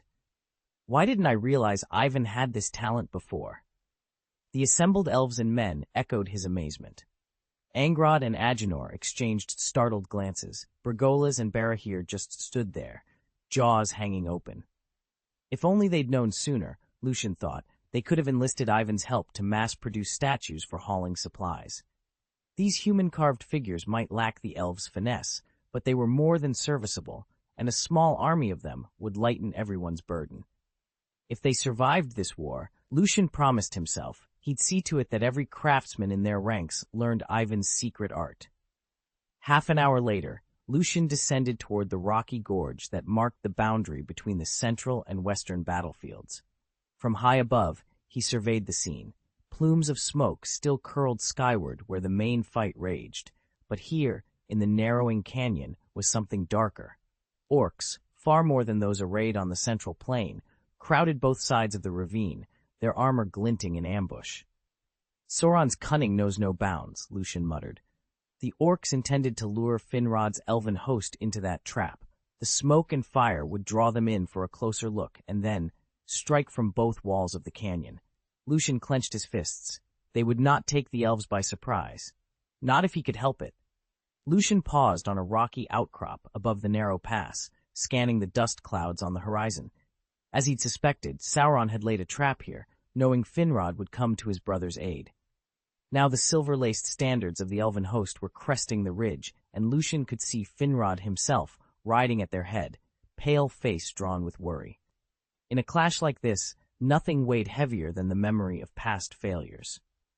Centuries ago, when Barahir led a company of men to the same rescue, Sauron's orcs had torn through the elves in minutes. Finrod had nearly fallen, saved only by Barahir's desperate charge, a wall of flesh and steel that cost nearly every man his life. Lucian would not allow history to repeat itself. He urged his horse to a halt and murmured the words of an ancient incantation, Expecto Patronus. A brilliant, spectral panda sprang from his wand, its fur glowing with silver light. Instead of carrying Lucian himself, the creature lifted into the sky and swept toward the elven ranks. Riding on that benevolent giant, Finrod's warriors found their courage renewed, even as Lucian circled wide to strike at Sauron's rear. Beneath, the dark tide of orcs massed like an endless swarm, their crude weapons glinting in the waning sun. Yet dwarfed though they were, the elves stood firm, arrows flying in disciplined volleys. The panda's radiant presence banished their fear. Under Finrod's rallying cry, they met the horde head-on. What had threatened to become another massacre now held in balance, two proud armies locked in deadly contest under a blood-red sky. Lucian stood at the rim of the canyon, his gaze fixed on the Orcish horde massed below. Brutal and powerful, the orcs outmatched humans in sheer strength, but their intellect was limited. Lucian had little hope that raw, destructive magic would fell them outright. Instead, he planned to send a paralyzing charge through their bodies, enough to drop them to their knees and leave them trembling, defenseless against Finrod's elven host. He raised his arms and began to trace the intricate sigils of the ancient rite in the air. Ancient magic, thunderstorm, he intoned, voice echoing against the canyon walls. At once, the sky above rippled into deep charcoal clouds. Lightning flickered along their edges, each flash followed by a low, rolling thunder that seemed to shake the very earth. Across the field of battle, Sauron halted mid-step. His orc commanders, swords drawn, looked up in alarm as the day abruptly darkened. Even they, hardened veterans of countless skirmishes, felt a shiver of dread at the unnatural storm gathering overhead. In that charged moment before the deluge struck, Sauron knew his army's fate was sealed. Below him, the elves tightened their grip on bows and blades, ready to charge the moment the first bolt fell. And high above, Lucian prepared to unleash the full fury of the ancient thunderstorm. Chapter 260, Sauron's Aerial Assault and the Canyon Thunder Giant, second update. A guardian panda, its fur gleaming like living moonlight, shot forward and hovered before Finrod's moose. Alarm shone in its crystalline eyes. "Your Highness, please halt! There's an ambush ahead!" Finrod jerked the reins. The great stag moose skidded to a stop, and the lines of elven warriors behind them drew in a collective breath. "Who speaks? What ambush?" The panda's form shimmered. In a clear human voice it answered, "I am Ewan Lucian of the House of Beor. By order of the second and third princes, I bring urgent word. Morgoth's armies press upon Ghassonian, and Sauron himself lies in wait with an orc host just beyond that pass. You must not advance." Magic crackled faintly around the guardian. Its beastly guise concealed a powerful ward against the shadow, and its true gift was the gift of far-reaching speech. Finrod studied the glowing creature in disbelief.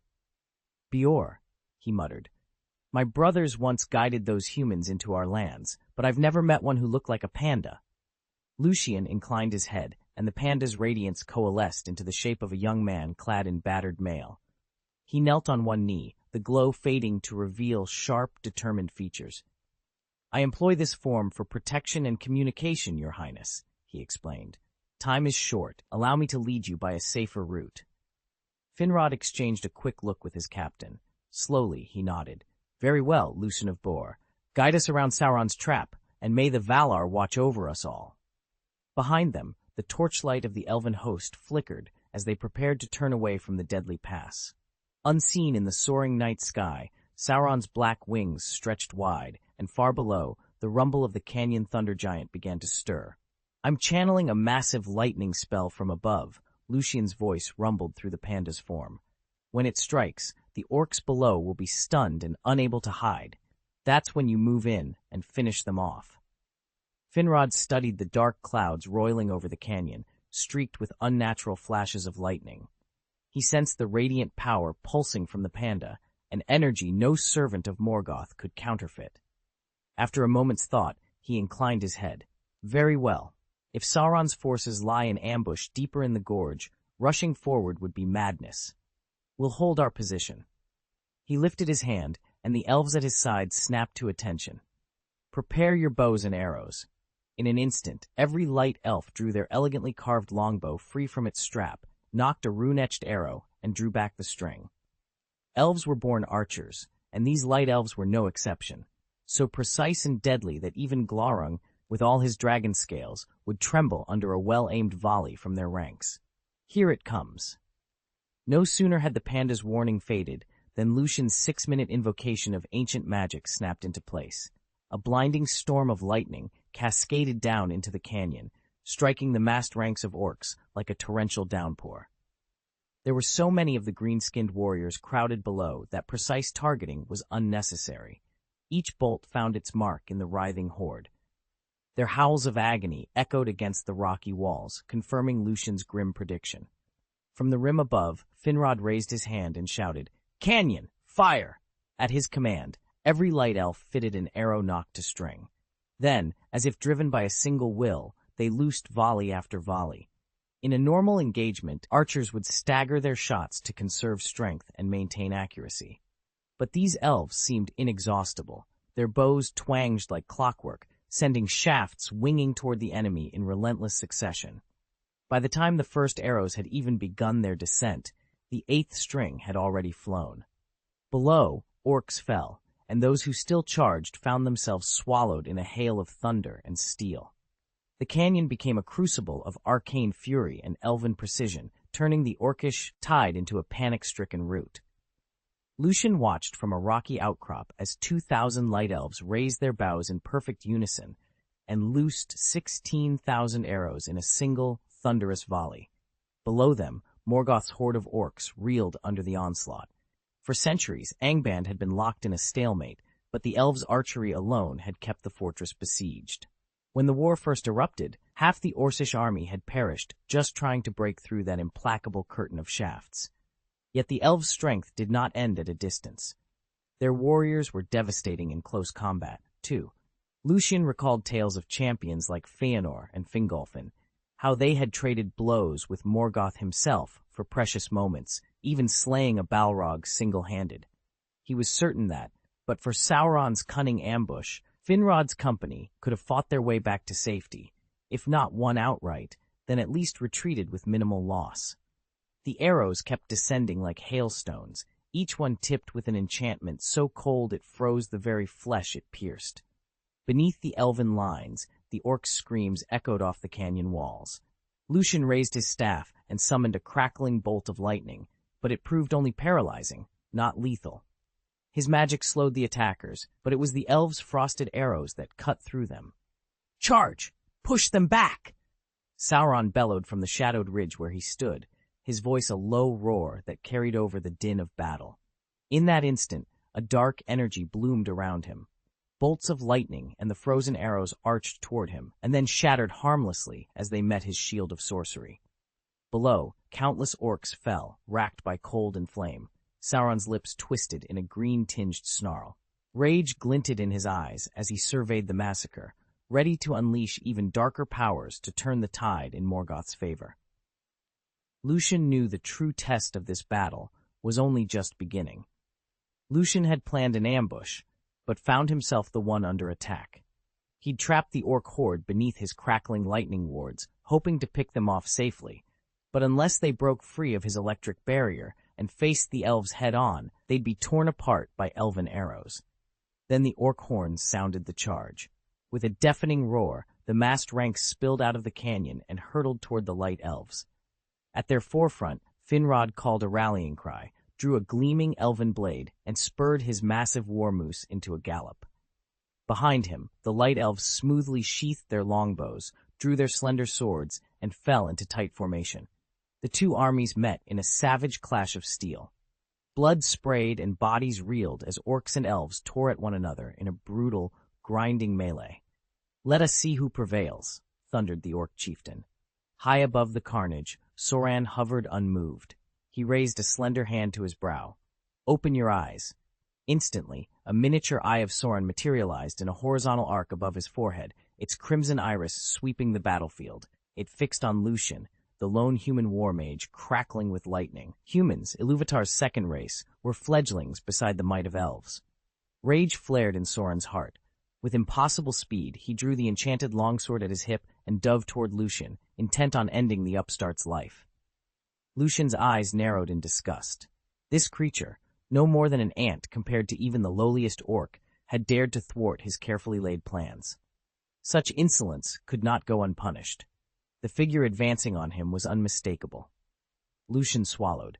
Sauron, he looks nothing like in the films.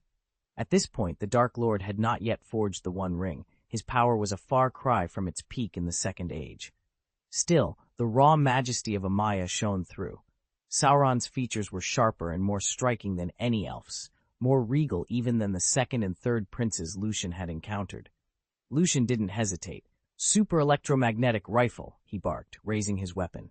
A beam of crackling, G-energy shot forth. but Sauron was among the most formidable of the Maiar. With a single, effortless arc of his enchanted blade, he cleaved the beam in two, sending Lucian's shot scattering harmlessly aside. Lucian's jaw clenched. This isn't going to be easy. Sauron required no further invitation. In an instant, he surged forward, every step imbued with lethal intent. Lucian would not risk a one-on-one duel at point-blank range. One misstep against a being like this, and he'd be finished in a heartbeat. "Apparition!" Lucian cried, vanishing from sight. He reappeared a dozen feet away, feet skidding to a crouch as he activated his electromagnetic field. The air around him pulsed with charged particles, ready to turn the next exchange of blows into a storm of metal and magic. Lucian stood at the center of the battlefield, his eyes locked on the roiling storm overhead. Raising both hands, he summoned the full might of his electromagnetic power. Dust and debris, sand, stone, twisted metal, tore themselves from the earth, whirling upward in a furious vortex. Before the stunned orcs could react, the raw materials snapped into place, forging a colossal thunder giant. At first, the Titan towered only a few dozen meters tall. Then, as if called by Lucian's will, the storm clouds above shifted their fury. Bolts of lightning that had been lashing the ground now arced harmlessly through the air, converging on the giant's ironclad form. With each thunderous strike, the construct grew, hands and shoulders expanding, limbs thickening, until it reached over 200 meters in height. The orc horde, caught between awe and terror, scattered. Lucian commanded the giant's foot to descend. The ground trembled as a forest of orcish spears snapped and splintered under the Titan's weight, dozens of warriors crushed in a single earth-shaking stomp. High above, Sauron hovered, dark wings beating the storm-shrouded sky. Lucian felt the surge of the giant's power coursing through him, amplifying his every thought. He raised his voice so it could carry through the tempest. "Unleash my ultimate electromagnetic cannon!" The thunder giant obeyed. Its arm rose slowly, aligning an invisible barrel with Sauron's silhouette. Lightning crackled along the giant's extended limb, coalescing into a blinding sphere of pure energy. In that moment, man and machine, storm and will, became one, ready to strike down the Dark Lord and turn the tide of battle.